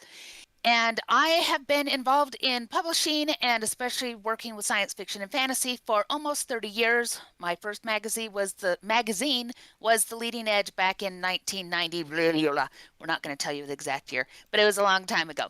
So I've been doing this for a very long time. I am an editor, an author coach. I'm self-published with 16 titles under 3 pen names. And my very favorite pen name is my science fiction and fantasy pen name. So I'm really, really pleased to be here. Today, we're going to talk about genre definitions and tropes. I know we were going to talk about Harry Potter, and if I'd had just a little bit more time, I might have been able to squeeze out a Harry Potter presentation, but didn't make it. So instead, we're going to talk about genre definitions and tropes. This is a really great thing to look at because as much as we love science fiction and fantasy and the tropes that show up there, understanding what genre is and what various tropes are across the genres actually really empowers us to be able to make our science fiction and fantasy have more depth and reach a bigger audience. And as readers, it's a lot more fun to read something when we're picking up all of these things that we love. So here we go, genre definition tropes, knowing what your readers want. All right, so what is a genre anyway? It's this big fancy word, and here's the boring textbook definition. Genre is the organization of literature into categories based on the type of writing the piece exemplifies through its content, form, or style. That was definitely a big, boring textbook definition. Let's try again. Genre is really at its heart a matter of organization and marketing. It has nothing to do with the actual writing of books. It has to do with how you sell books. Back when the world was a lot less literate, books were broken out between long and short form, novels, plays, poetry, and epics, and that was pretty much it. The subject matter didn't matter so much as what was the form. And so you would get all sorts of subject matters under a singular form. All plays were plays, all poetry was poetry. Then we get with the Industrial Revolution, people start having leisure time on their hands, and we love good leisure time. And what do you do with your leisure time? You read books. So reading became a common pastime, and more people jumped into writing. When those two things happened, it meant that booksellers who used to be able to handle every book in their shop and every customer that came in, instead of being able to say, here's a one-to-one relationship, oh, you want this kind of thing, I know just the book for you, they had to come up with a way to be able to say, I can organize my shop and people can go through the shop on their own and find what they want. You want them to find what they want because you want to sell books, okay? So the common genres were created. Booksellers got really creative and they would say things like, oh, all of that relationship stuff, we are going to call it romance and it goes on this wall. And all of the stuff that is looking forward, we will call it science fiction and we will put it over here. It was all about organizing the shops so that booksellers didn't have to work so hard. Booksellers got bigger and bigger over the years and the BISAC was born, which is the Book Industry Standards and Communication Categories. So it was just more ways, more breakdowns as to what the top genres were. Then, in the early 2000s, we started getting involved with digital. And Amazon got involved, and things got crazy. Right. So the largest genres and subgenres, these are based on the BISAC and on Amazon's definitions. We use Amazon in general because what Amazon does, almost everybody else duplicates, at least when it comes to setting up genres, subgenres, and some of your categories. If it's on Amazon, we can probably find it duplicated somewhere else. So that's why we lean on them, not because they're the coolest, but because they do provide us a lot of information. So we start with nonfiction, and under nonfiction we have memoir, commercial nonfiction, how-to and self-help, and biography. Those are the biggest breakdowns. In fiction, we start with our favorites, fantasy, science fiction, historical fiction, romance, chick lit, women's fiction, mystery and crime, thriller suspense, horror, dystopian, western, young adult. Now even more genres and subgenres, and that's children's books. Children's books really are their own thing, so they get their own separate categories away from everything else because they are focused in a very different way. And as writers, you write children's books for kids, but then you got to sell to their parents and to librarians. That's how you get children's books out. So they have their own categories, which is picture books, generally under about 24 pages. Early readers, where they're introducing sight words and new learning. Chapter books, where we first start having complete chapters in the book. And middle grade, which generally runs with protagonists up to about 12 years old. So early Harry Potter is middle grade, and it makes a cross through as the characters grow up and as the books go on from middle grade to young adult. Not all series do that very well, by the way. In case you wanted to know. So how many more are there? Well, I'm not going to list any more, but Amazon has over 10,000 genres, subgenres, sub-subgenres, sub-sub-subgenres. They go about 5 layers deep. So you can get to a really, really specific subgenre and description of what kind of books these are. Other retailers have their own list. They all start with the BISAC. They all start with those big general categories, and they break it down from there. If you write it, there's probably a genre for it. Somewhere. Probably. All right. So now that we've talked about what genres are, let's dig in a little bit to what is a trope. And here we go back to our dictionary because we do love our dictionaries. A trope is a plot device, setting, character attribute, or other literary aspect that is used so commonly in a given genre it is seen as commonplace, conventional, or utterly expected. Aren't tropes bad? Yes, they're trite and they're terrible and we see them all the time and they're boring, and no. Because tropes are a wonderful tool that help to fulfill reader expectations. Readers like to see their favorite tropes in the books. Readers will often choose the books they're going to read based on whether it has their favorite trope. And a trope could be something as simple as, does it have dragons in it? And if you are a dragon person, you are going to read all the dragon books. Whether it's Game of Thrones dragons, whether it's Pern's dragons, whether it's Smaug, whatever dragons there are, you want all the dragons. Even if you've seen lots of dragons, you still want to see other dragons. So you have to think about it like a reader does. Yes, sometimes people get really, really worn out on a given trope. But there's always others who will read more and more and more. Or there's twists you can put on the trope to take it from being a trite trope to something new. We love to see the familiar but different. And I call this the Disney World program, or the Disney World theory, not program. Disney World theory says that I go back to Disney as often as I can. Hopefully about once a year, once every 18 months. Other people spend their disposable incomes on cars and things like that. We go to Walt Disney World and we buy books. This is a thing. So my parents always go, why do you keep going back to the same place? Haven't you done everything that is Disney? And it's like, do you understand that you can never have done everything that's Disney? And we go there looking for, here are our favorite things. We are going to eat Mickey Mouse shaped pancakes. We are going to go on certain rides that we love. But then every time we go, we also discover something new. So last time it was everything in Star Wars land, and I just about died of happiness, you know? So it's that. The next time we go, the Tron roller coaster will be up. There's all these things to do. And when we do tropes within reading, it's the same thing. You have to take the trope and then bring more to it. You don't just follow the trope. You don't want your readers to be bored, but you want to follow the trope so that they have the familiar, and then you want to add something different to it. All right, we're going to talk for just a second about tropes versus pain points, because if anybody dabbles in nonfiction, which is one of my genres, it is a little bit different.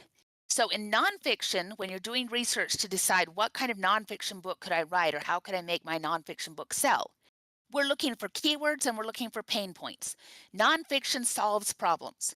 If your problem is you don't know how to write to market, then you're going to go and find a book called How to Write to Market, because your pain is that you don't know how to do this, and they're going to solve it for you. Okay, so that's how nonfiction works. In fiction, we get into the tropes and we get into character relationships and arcs. And those tropes help to guide us to what our readers want. If they want all the friends to lovers, and I know you're going to laugh at me because we're going to talk about romance tropes. Hang in here with me. If we're going to talk about those things, then they want to see those. They want to see those tropes, those ways that characters interact and that plot points interact. In children's books, again, they're their own animals. They check both boxes, but that's another presentation. All right, fantastic. All right, we're moving on here. We have got some examples of tropes by genre. These are going to be all fiction focused because I think for those of you who are here, this is the thing that you're going to focus on the most if you're writers or if you're readers. You're really, most of us are reading genre fiction. That's why we come to a science fiction and fantasy mini convention. All right, so let's talk about fantasy. One of our very, very favorite tropes for fantasy is the chosen one.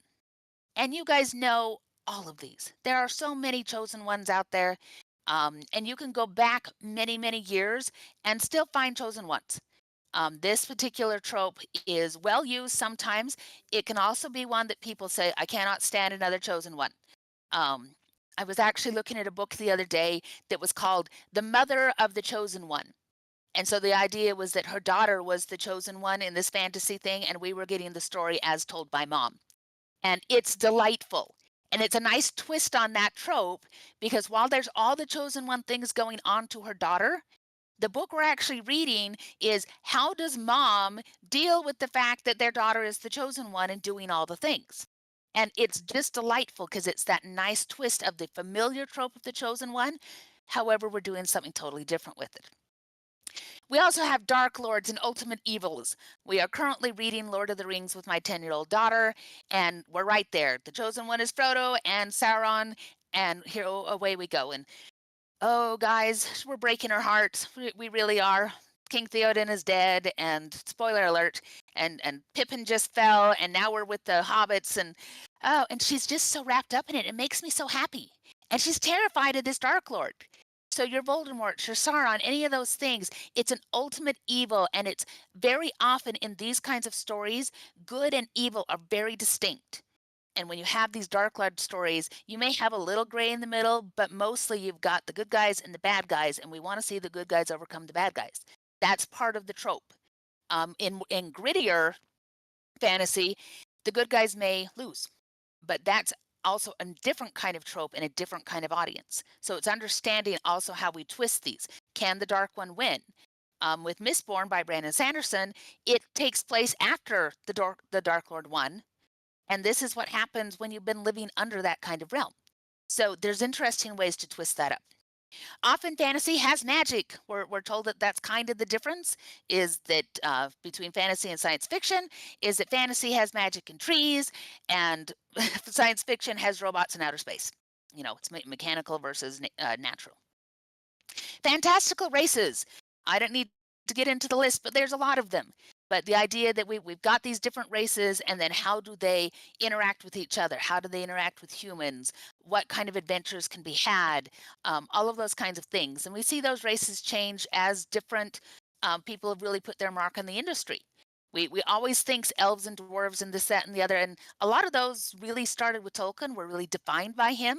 And now we find them commonplace to where they become a trope, where when his books were first coming out, they were a novelty. The mentor character.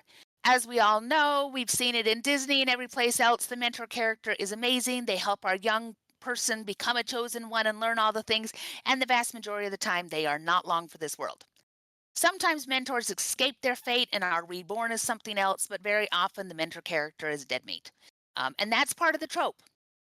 We're always surprised when the mentor survives, and we want to know how that works because at a certain point, for our chosen one to step into their power, the mentor has to get out of the way. So it's an interesting way to look at storytelling to say, how do I keep those things balanced, particularly if I don't want the mentor to die? Ancient settings. This one's kind of a fun one because it can be ancient settings or sometimes it's far future settings. And a good example of this is Terry Brooks, where the Sword of Shannara is really a post-apocalyptic kind of story, even though it wears all of the dressings of fantasy. But we tend to be in ancient settings, we tend to be in a more medieval setting or a post-apocalyptic. We go to these settings that are very different from common modern day. This is not always the case in some subgenres of fantasy. For example, urban fantasy is contemporary. It tends to be things that are happening now. But in a lot of our fantasy, we have these ancient settings. All-powerful artifacts. We have swords and we have rings and we have hats and we have cloaks and we have... If you can make an item into something really, really cool and all-powerful, somebody has probably done it. Or you might be the one to do it. But we do love a good, powerful artifact. It often gives us a MacGuffin to chase or to get rid of, but it helps to give focus to the narrative because you've got to destroy the ring, or you've got to a character who must overcome the sword, or various other things that have to happen. And these artifacts often give us a way to give them more power than they could have on their own, and to also give them drive. Dragons! I know we talked about fantastical races, but dragons are a creature area of their own. And they are very powerful. They really, really speak to a lot of readers, and so you will see them in a lot of fantasy fiction. And you have the training montage. This has become such a thing that they mock it in movies. What was it? Oh, there's a new kung fu one that is with a dog. I can't remember the name of it. I will eventually. But my daughter went to see it, and she says they got to the point where he sat up and he said, "Is it time? Do I get to have my training montage?" And his new sensei hit him with a stick and said, "Not yet." But eventually he did have that training montage where you learn to do kung fu, you learn to do whatever you need to. That chosen one has to come into their power. And you notice how a lot of these tropes play together to go into a narrative. We don't generally just have one trope in there, but we'll have several pieces, and those all come together to give us a unique world, to give us a unique plot, and to give us unique characters that do different things. Again, similar enough that our readers want it, but different enough that it remains interesting. All right, fantastic. I have to pop over every now and again because all I can see is the slides, and I want to make sure that nobody's sending me a message I actually have to pay attention to. So if I look away, that's why. Examples of tropes by genre, fiction focus, we're continuing. So let's look at science fiction, which, like we say, is kind of our other half of fantasy and science fiction.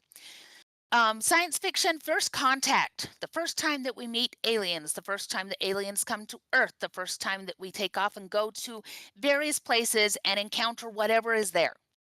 And these can be lots of fun. These can be twisted all sorts of ways because it can be a positive first contact. It can be a negative first contact. It can be a first contact that we don't even realize is a first contact. When you look at things like sometimes you encounter a bacteria or something from another planet, and it is a first contact because it changes who those astronauts are. But then they come back to Earth, and the story is about that, even though there was still a first contact that pushed things off. So it's all about meeting people out beyond the world that we love. Sometimes you could also argue that first contact in science fiction can happen in inner realms. So you get stories like Inner Earth, where it's actually happening inside of our planet, and those can be kind of fun. Crossing dimensions can also happen this way. Right now, Lit RPG, Game Lit, and Portal Fantasies are kind of partially fantasy and partially science fiction, depending on which kinds of worlds people are going into. And you'll see a lot of first contact that happens as part of that. We see a lot of space travel and colonization. Science fiction is always looking towards the future, and it's looking towards the possibilities. And it's really, really fun when science fiction becomes science fact. When we go, hey, in the 1960s, I watched this on Star Trek, this guy who was talking on a little phone, and he could just flip it out. And then I'm like, that would be the phone that's in my purse, except you don't even flip anymore. It's just this nice smartphone. And it has all the things on it that a tricorder did. It's like, this is awesome. And at that point, it was science fiction, and now it's science fact. Now it's something that we've been inspired by to where it's actually been created, and it's now used all the time. So that's an interesting thing about science fiction, is that it can become very dated because we look at it and we go, but we have better technology now than they did in that science fiction story.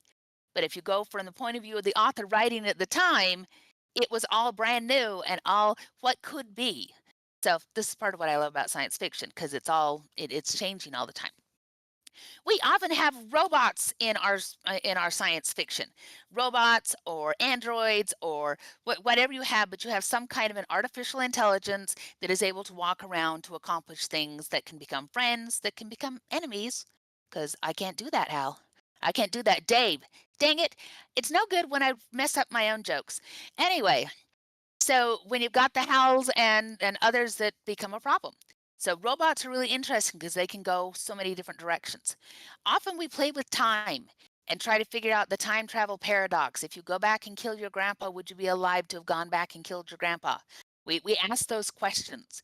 Can we have multiple timelines? What happens when you go back and get the when you go back and get all the stones and you try to stop Thanos? There's a lot that goes on there with time travel. A lot of superhero stories are also things that can kind of bridge between science fiction and fantasy. They are their own subgenre, but when we put them into larger genres, you can argue which one they belong in.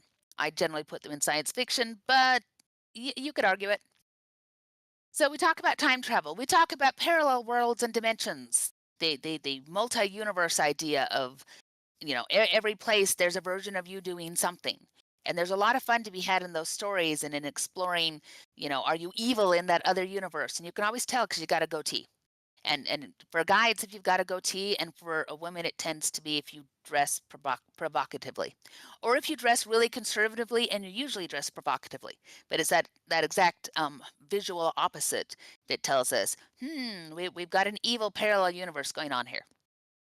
We get a lot of interspecies romance. There was no alien that Captain Kirk did not want to get to know better. And that's a thing where we look at, it's echoes of our own society, and how does that work when we go beyond the stars, when we go beyond our planet. So you'll get a lot of interspecies romance, and this is where you can get romantic plots and romantic tropes that are all part of science fiction. We get a great deal of technobabble. Some of it is hard science fiction technobabble where you better have your facts right. You better do your research and find out, if I'm really going to try to create a faster than light engine, how am I going to make that work? What makes sense? Or you can get into space opera where you can have a whole lot of hand-wavium. We are going after unobtainium. Don't ask me what's in unobtainium, but it's really, really cool.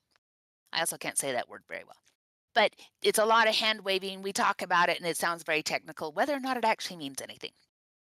And you often get the countdown to destruction. This is the Omega 13 from Galaxy Quest. It's going to count down 13 seconds, and then something's going to change, or the ship's going to explode. We have so many of those. We were just watching the latest Star Wars Ahsoka, and here we have, set the self-destruct. You see the self-destruct button a whole lot in science fiction. Then, like I say, under those, you do have space opera, superheroes, all those things, and they may have even more specific tropes to them, but these are kind of our big overarching ones. So it's just to get your wheels turning and get you thinking about it. So now we're going to talk about romance, and I know I'm in a science fiction and fantasy thing. Romance is like, ooh, is this a kissing book? Yuck. Okay, breathe, you can do this. Romance is really, really important. And it is important in our science fiction and our fantasy, because if you don't have romance, then the species does not continue and you end up having problems.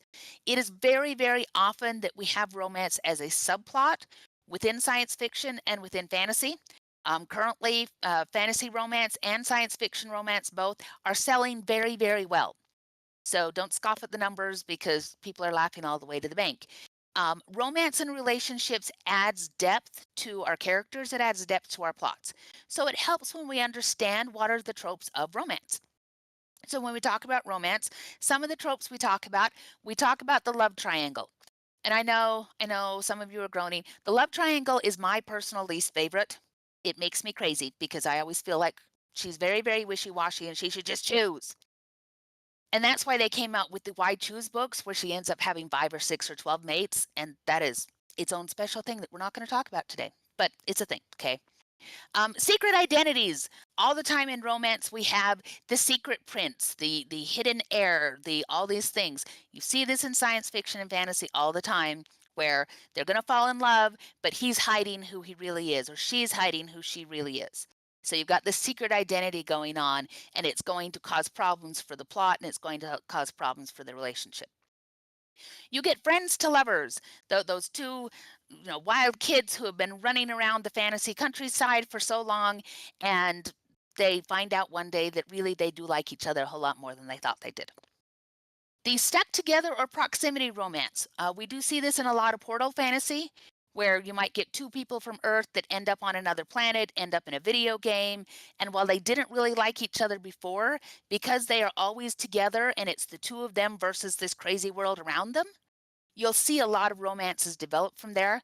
That you'll also see a lot of band of brothers kind of thing develop there, where you get a very tight, almost sibling kind of relationship, where they really lean on each other because they're forced together, and so they have to deal with what does that mean to their relationship.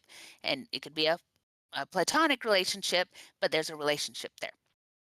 Enemies to lovers. They meet, they hate each other, they get over it. It's pretty straightforward there. Forbidden lovers. Mom says that you can't marry him. This is Romeo and Juliet, and I've seen this done very often in science fiction and fantasy backgrounds, where the setup is, yeah, you've got star-crossed lovers, very literally from two different galaxies, and you can't do it. A second chance romance is we had a romance at one point, and then we screwed it up, and we're going to try to do it again. Okay, so that'll be somebody who went off and they joined the let's see, they joined the Space Marines and they left their lover behind, and then later the lover shows up again, and we're going to have another romance there, even as they're fighting giant bugs and aliens and doing all of those kinds of things. Soulmates and fated mates are phenomenally popular right now, and this is that idea that the two people meet and they just know. There can be a genetic imperative, which we see very often in science fiction as an explanation for the fated mates. Sometimes there's a magical connection. We also see that to justify why is it that these two people, when they meet, are just destined to be together. And you do see a lot of people twisting that one, because sometimes it's we're fated mates and we're going to give into it. And then a lot of them are we're fated mates, but we don't want this. So we're going to ignore this biological imperative and we're going to make it work. And we're going to not be in this situation. So there's a lot of interesting stories that go on with, do you have to give in to a biological urge? How does that work? And this has been explored for a long, long time. Wendy Piney and Richard Piney did it in ElfQuest. And it was that whole, if it's recognition, do you have any other choices? Because that's how they had babies. That's how the species continues. If the genetic imperative is there, you must answer. Or do you? The whole first story is based on what happens when you resist recognition. Fake relationships and relationships of convenience. We see these a lot where it is, yes, we're married because if we're temporarily married on paper, then we can both get onto this ship and we can go to save the world. They do this in The Fifth Element, where Leeloo pretends to be his wife and away they go because the paperwork works out. And sometimes and very often those fake relationships, the arc on that is that the fake relationship becomes a real relationship. All right, let's leave the romance behind. All the gushy stuff is now done. Now we're going to hone in and we're going to talk about mystery and crime. Now, again, talking about this is really important because we see so much mystery that happens in our science fiction and fantasy. So it still always relates back, and one of the neat things we can do is crossing these tropes and these genres so that we get these aspects in our books. Then it's just a matter of marketing, because you want to make sure that your readers understand what they're getting, because they're going to want certain things and we want to match. When we match, we sell a lot of books and the readers are happy, and as readers, when we match, then we're happy as readers. So the kinds of things that we see in mystery and crime. We see the dame with a case. You know, so many of these old 1940s noir stories start out with, she walked into my office and I knew she had a case. Well, we see this with Harry Dresden. I mean, they play really perfectly off of it the day that Mab walks into his office and says, I have a job for you. This is the dame with a case. She's gorgeous. She's wonderful. And he can't say no. In this case, because she will squash him like a teeny tiny bug and he owes her favors. But it's that same idea. We see this a lot. It came up in comic books. It was used in Calvin and Hobbes when he did the Tracer Bullet stories. And his mom was the dame with a case that he had to solve. So you can bring that in to say, how am I going to kick something off? The Garrett novels by Glenn Cook are also really, really good this way, because they're all a fantasy PI. Fantastic books, by the way. So, and then it's the one you least suspect. This goes back to the whole the butler did it. The reason that the butler did it is funny is because he's the one that you would never think would be guilty of anything, because he runs the household. He's here all the time. He's kind of invisible. He's very often doesn't have much of a personality. And that's that idea, is the person who is guilty of whatever you're trying to research is the one that you wouldn't suspect. Or you get the Murder on the Orient Express. sorry if I'm giving anyone spoilers here, but you have a case where everybody had motivation, opportunity, and had a reason to kill somebody or to do whatever the thing is that your plot is written around. So then you have your detective, your main character, trying to figure out if everybody did something wrong, is there one person that is guilty or is everybody guilty? And if so, how do you present that in court? There you go. So then you have the detective denouement. This is famous from Sherlock Holmes. It's also famous from the movie Clue with Tim Curry. If you haven't seen it, it's tremendously fun. It's a little bit older, but still tremendously fun. And it's that idea that we've gone through the whole thing, the case, all the clues, everything is out. And then the detective brings all the suspects into a room and he goes through and explains what happened, who did it, why, and then generally fingers the murderer, who then gets arrested or tries to kill you. One of those two things. So you see the same thing in a lot of your science fiction fantasy. It's that big reveal moment. The not a suicide. Somebody is dead and everybody says it's suicide, but your detective knows that it wasn't. And I've seen this even there's some cozy fantasy that has become kind of popular lately, and it has that same kind of feel of somebody in the small village has died and we have to find out who did it, and everyone says, well, he had nothing to live for, it was suicide, but it's not. And your detective knows that, your main character is going to figure it out. The twist ending and the red herring. Red herrings are clues that lead you away from the truth. And twist endings are that place where you think you know what's going on, your main character thinks what they're going on, and then we twist it around and it's not really what you thought it was. Clue is another good one for this because they actually have multiple endings. And they keep twisting that ending up to give you various options. So you can see, here's a twist to it, here's a twist to it, that this can be read multiple different ways, and you can have multiple different murderers. The highly intelligent, highly observant detective. This is your Sherlocks of the world.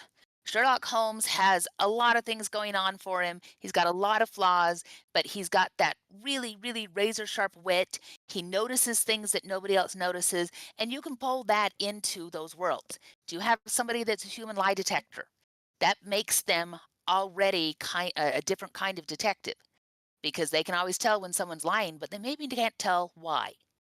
So there's lots of things you can do with this very intelligent, very observant detective type character and putting them as a main character in your fantasy and your science fiction.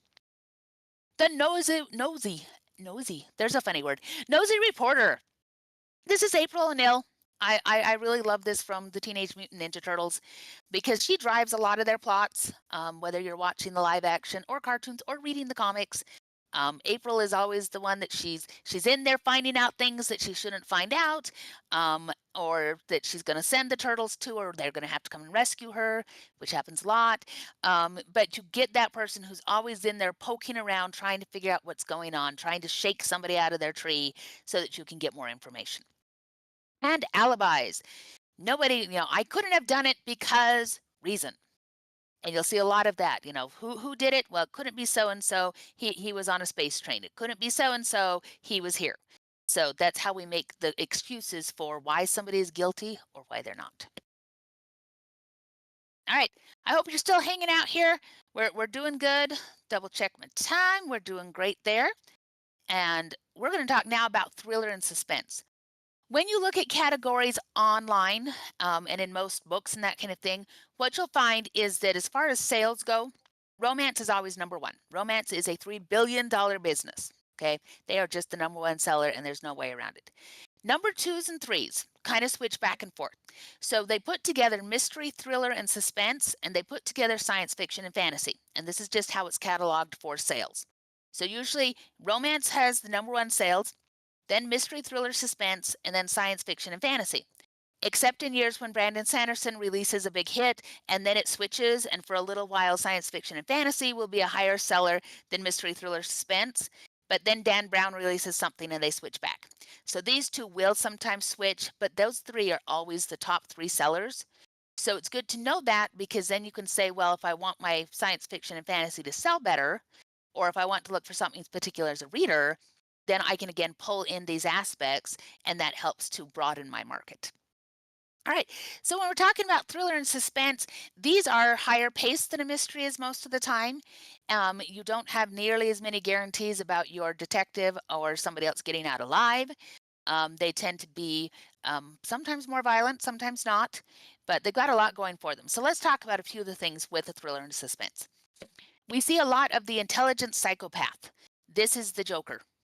The Joker is an intelligent psychopath. It is Silence of the Lamb with Hannibal Lecter, where he's very, very intelligent, and they can also be very, very charming, but they are also definitely psychopaths or sociopaths. And we see those a lot showing up in thriller and suspense, and sometimes they're helping our main character along for reasons of their own. Sometimes they're the main antagonist. You can use them both directions. The detective and his sidekick. You have to have Batman and Robin. You know, you need those two to go together. So very often in thrillers, you'll see the main character who's trying to figure out what's going on, who is running from something, who is trying to save the world from a plague, who is doing all these things, and he'll have some friend that fills in that sidekick role and informs us more about the detective and also allows us to see more of the world through eyes that are more like the everyman versus the detective who may have some superpower, who may have some super ability that makes him a little bit harder for us to connect with his readers. And the sidekick becomes the way that we connect. All right, the femme fatale. A femme fatale, and my husband likes to say it, the femme fatale, which always cracks me up. I love it. The femme fatale is not the dame with the case. Your femme fatale is usually much more involved in moving the plot and in being an antagonist or a help to our main character. She tends to be a lot more blunt, a lot more forward. She will use her abilities and her sexuality to get what she wants. And so she is a lot more involved in what's going on, and she may or may not actually be on the main character's side. She may start on his side and then might betray him. Femme fatales have a lot more depth to their characters and a lot of different ways that they might go. All right, the broken protagonist. We see this a lot where you have your main character who is, you know, some officer of the Space Marines. He used to be a captain and now he's on a rundown ship because he's a rundown man. And he's all broken and very pathetic and has all these things going on. And then they say, we need you to do one last mission. This is Nick Fury right now in the Hidden Invasion, where they've got a Nick Fury that's been through a lot, that hasn't been the same after the snap, and now he's being called on one more big mission, and he has to overcome his own brokenness in order to be able to finish this mission. Okay, and that's again falling right into our superheroes, our science fiction and fantasy, very, very broken people who rise to the occasion. The isolated locations. So, you know, we have a lot of these and it happens on the island of Dr. Doom. And we've got this location where you can't escape. So you have to face whatever's going on. Or maybe it's happening on a space train. So you've got a train carrying you through space and everything's going to happen there. Or an arc, or there's lots of different ways that you can say this is an isolated location and it's a sealed location. So everything that's going to happen is going to happen in this place. And that increases tension because there isn't the same kind of level of, well, they could just go away. They could just fly home and escape. They can't do that because they're stuck. The locations are isolated. This goes with a closed circle of suspects, which means it has to be one of these people because they're the only people around. So whatever's happened, it's being driven by this very closed circle. The ticking clock. This often goes with some of these other things. So again, remember, we often have stories that have multiple tropes working together. The ticking clock is that countdown. If you don't solve this by this point, the entire city of Gotham is doomed. You know, they're going to put stuff in the water. You must find it. You have to do these things and you have to do it fast. At midnight, something bad happens. So we watch the clock tick down. This was the whole idea behind the television show 24. That we saw what happened in 24 hours, and with every hour we were getting closer to the close of that day, and everything would be solved by that point. So we always felt the pressure and the tension of that time frame. I suppose it could be more than 24 hours if you weren't on a planet that had 24 hours. Anyway, unstable villains. Your slashers, your Jasons, your all those kind of scary things. You do see a lot of those in thrillers and suspense. You see, again, the Joker. He's both kind of the intelligent psychopath and an unstable villain. We never know what we're going to get there. So you see a lot of that in comics. You see a lot of it in horror. And horror is kind of our sister genre to fantasy and science fiction. There's a lot of overlap there. particularly with urban fantasy, there's a whole lot of overlap, and you'll see these kinds of characters. They're unstable, they're unpredictable. You think that you've got them figured out, but you really don't. The other thing we see often is an unreliable narrator. So we have our main character. We think that he's doing the right things, that we know what's going on because of the experiences this main character goes through, but we don't because they're lying to the reader and they're lying to themselves. So these are fun. And again, you can start to see, how do we pull these? How do we take this little thing and put it in this kind of setting? How do we take a more traditional fantasy plot and then insert some of these things that come from mystery and crime, insert a romance arc, insert those things to make them broader, to make them more real, and to make them appeal to a greater audience. You can find all of these things. I was watching some stuff on Game of Thrones, and it's like, oh, here's a mystery going on. Here's a romance subplot. Here's these different kinds of characters that are showing up and fulfilling these tropes within the bigger story. And a lot of epic fantasy really pulls on all of these different things because that's part of how it gets its epic nature, is by being able to pull on all these little threads and all these little subplots and then weave them all together in a way that's very satisfying. All right, we're going to talk a little bit now about young adult, because we do get crossover, and science fiction and fantasy is very, very popular in the teen and young adult. A lot of teen and young adult science fiction fantasy is actually purchased by grown-ups. Particularly women over the age of 35. There's a lot of reasons for that I won't get into because it's not a YA discussion. But some things that we see there. We see the outsider. It's always the kid that isn't like everybody else. They're an outsider to the groups. Maybe they don't have money, maybe they don't have family, maybe they don't have. There's always an I don't have that makes them outside of the norm. And we see this a lot with the teenagers who are actually Fae. And yet they don't know it. They just know something is weird about them and they don't have any friends. So you have that outsider, and then it's how do they become an insider as they go through the story. You have orphans. Oh my goodness gracious, guys, so many orphans. I feel sad for all the orphans. But we get that a lot because especially in teen and YA, this is also why mentors die off a lot in these stories, is that we have to let those main characters win the day. They have to be able to solve the problems or it's not their story. And if you're thinking about writing a story and you're going, well, okay, I'm going to have this grown-up here. If the grown-up stands by and does nothing, they're a bad person. If they step in and solve the problem, then it's not the youngster's story. So we very often kill them off early so that clears the air so that the teen is the one who can go and face the problem. It works. It's sometimes a little bit kludgy, but it works. And that ties into the useless adults or the missing adults. Why is it that the adults don't just take care of the problem? Well, reasons, because it's not their story and it wouldn't be interesting if we tried to tell their story instead of the kid's story. Sometimes with this you get, and this is a problematic trope, is the token diversity. And we can see this in YA, we also see it in adult fiction. And this is where you have the one black guy, or the only dark elf in the world, or whatever, and they're only there because you're trying to give a nod to being diverse.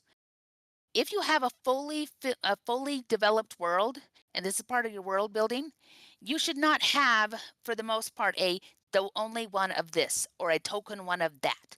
The only kid that has this.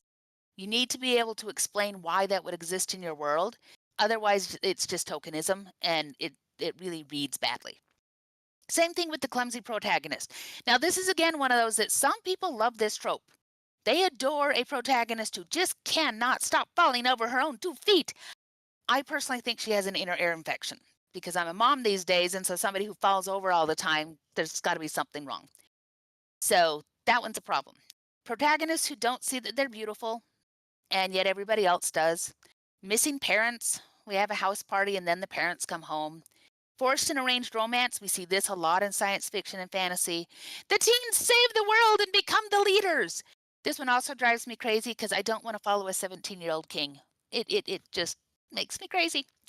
And again, we have chosen ones and we have love triangles. So we're getting towards the end of our time. So let's just go over really quick. How do we figure out the tropes without a handy list? Read in your genre. Read a lot. Especially if you're a writer. Stephen King says if you have no time to read, you have no time to write. And he's got a good point there. The more you read, the more you will instinctively see these tropes and instinctively see how they work with your plots. Do some Google searches for the genre plus tropes and see what comes up. Look for common threads. Watch movies! We love watching movies. Lots of tropes are easy to see when they're on the big screen. Talk to other authors in your genre. Come to LTUE. Talk to the authors. We love it when you do that. And we can talk about these things all day. Talk to other readers. Ask them what their favorite things are. Look at what your favorite things are. The tropes will probably come up in their responses. When you ignore the tropes, everyone can name a book that did really well that broke the convention of the genre. More frequently, readers complain, and they don't buy the books. They like to know what they're getting into. Occasionally, breaking the tropes can lead to the birth of a new genre, but wait until your third or fourth series and work with other authors. All right, that brings us around to the end. I hope you're all still doing well out there. It's the only problem with doing this way instead of, where I can stand there in a conference room and look at you is I can't tell if you've fallen asleep. It looks like we do have a couple of questions from the audience, actually, if you want to answer them. Fantastic. I got a couple minutes. Okay. We have Douglas the Dragon asking, how do you pitch or market cross-genre pieces so that you reach both halves of the audience? For example, can I make Psychics in Space appeal to fantasy readers instead of just science fiction readers? Oh, absolutely. So some of the biggest things that you want to do there is, number one, what does your cover tell them? Okay, so if you've got a wonderful science fiction cover and you've got your protagonist sitting there, add some wispy magic to it. Make it so that we can see there's something glowing going on. There's something that ties in there so that we see right from your cover, because as much as people say don't judge the book by their cover, everybody does. But if I see somebody who looks magical in a science fiction background, then I'm going to go for that because I like that combination. Same thing with your blurb. Your blurb can tell a lot of things. And when you go and set, so this is for self-publishing, you can actually set your categories so that you will show up in both science fiction and fantasy categories. And that's going to expand things.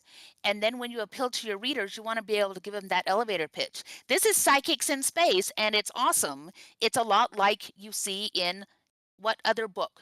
So that's the other thing, is look for books that are like yours, or that you could say, if you liked this, you'll probably like mine. Do not always compare yourself to something that's really, really big, because if you say, I am the next Harry Potter and I'm amazing, everybody will roll their eyes at you. But if you can say, here's something that's very similar between my book and this other book, you're going to catch the readers of those books and you're going to be able to cross-market to both of them. And then I actually have a question of my own. When you are, as a reader, talking about recommendations, how do you avoid falling into kind of the fan fiction trap of only describing a book with the tropes instead of what it's actually about? Oh, part of it is embrace that. It's fine to say the tropes, because very often part of what you loved was the trope, because you recognize it from other books that you've loved. Mm-hmm. So like my writing partner wrote a wonderful dragon series called The Dragons of Mother Stone. And I love to start this with saying, these are awesome dragons. I love these dragons ever so much. It's a maternal hierarchy, and they all are attuned to different stones. And then we tell a story of what happens when the dragon one day goes down, and in order to earn her place within her people, she has to bring back a treasure, and she goes to find herself a princess and comes back with a prince. And the rest of the story is what happens when the dragon has picked up, there's the word, the wrong person. And she becomes the emissary to the human race. So I started with my trope. My trope is that I love dragons. But then the story itself is she gets the wrong person, and then she becomes the emissary to the humans, and dragon and human relationships grow from that. And it leads to a religious battle. It leads to finding old scary dragons that nobody thought was alive anymore, and this ginormous world that is just amazing. But that's what I always do as a reader. I'm fine to start with the tropes, but then what else do you love? What do you love that isn't one of the tropes? So naming a few and then launching into your pitch? Absolutely. I love And have that. that elevator pitch for a favorite thing. Like I say, it's humans meets dragons, and it's kind of a Pakistan Indian background. It's fantastic. Mm. And where your passion lies, people are going to get that, whether you're using tropes or not. We all know when a friend is really excited about a book. You know, my husband will put a book down and he'll lean over and poke me and go, "You must read this." It's like, okay, you know me well enough that if you say that, I don't care what it's about, just give me. And you'll get to that point too, where you're like, I know exactly the person who needs this book, and it might be because they love this trope. So it's fine to start with the tropes, but then go from there.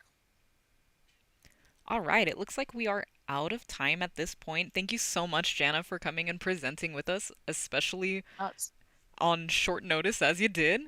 It's my pleasure. We hope to see you in our main event in February as well. And thanks everybody for coming tonight. Bye bye, y'all.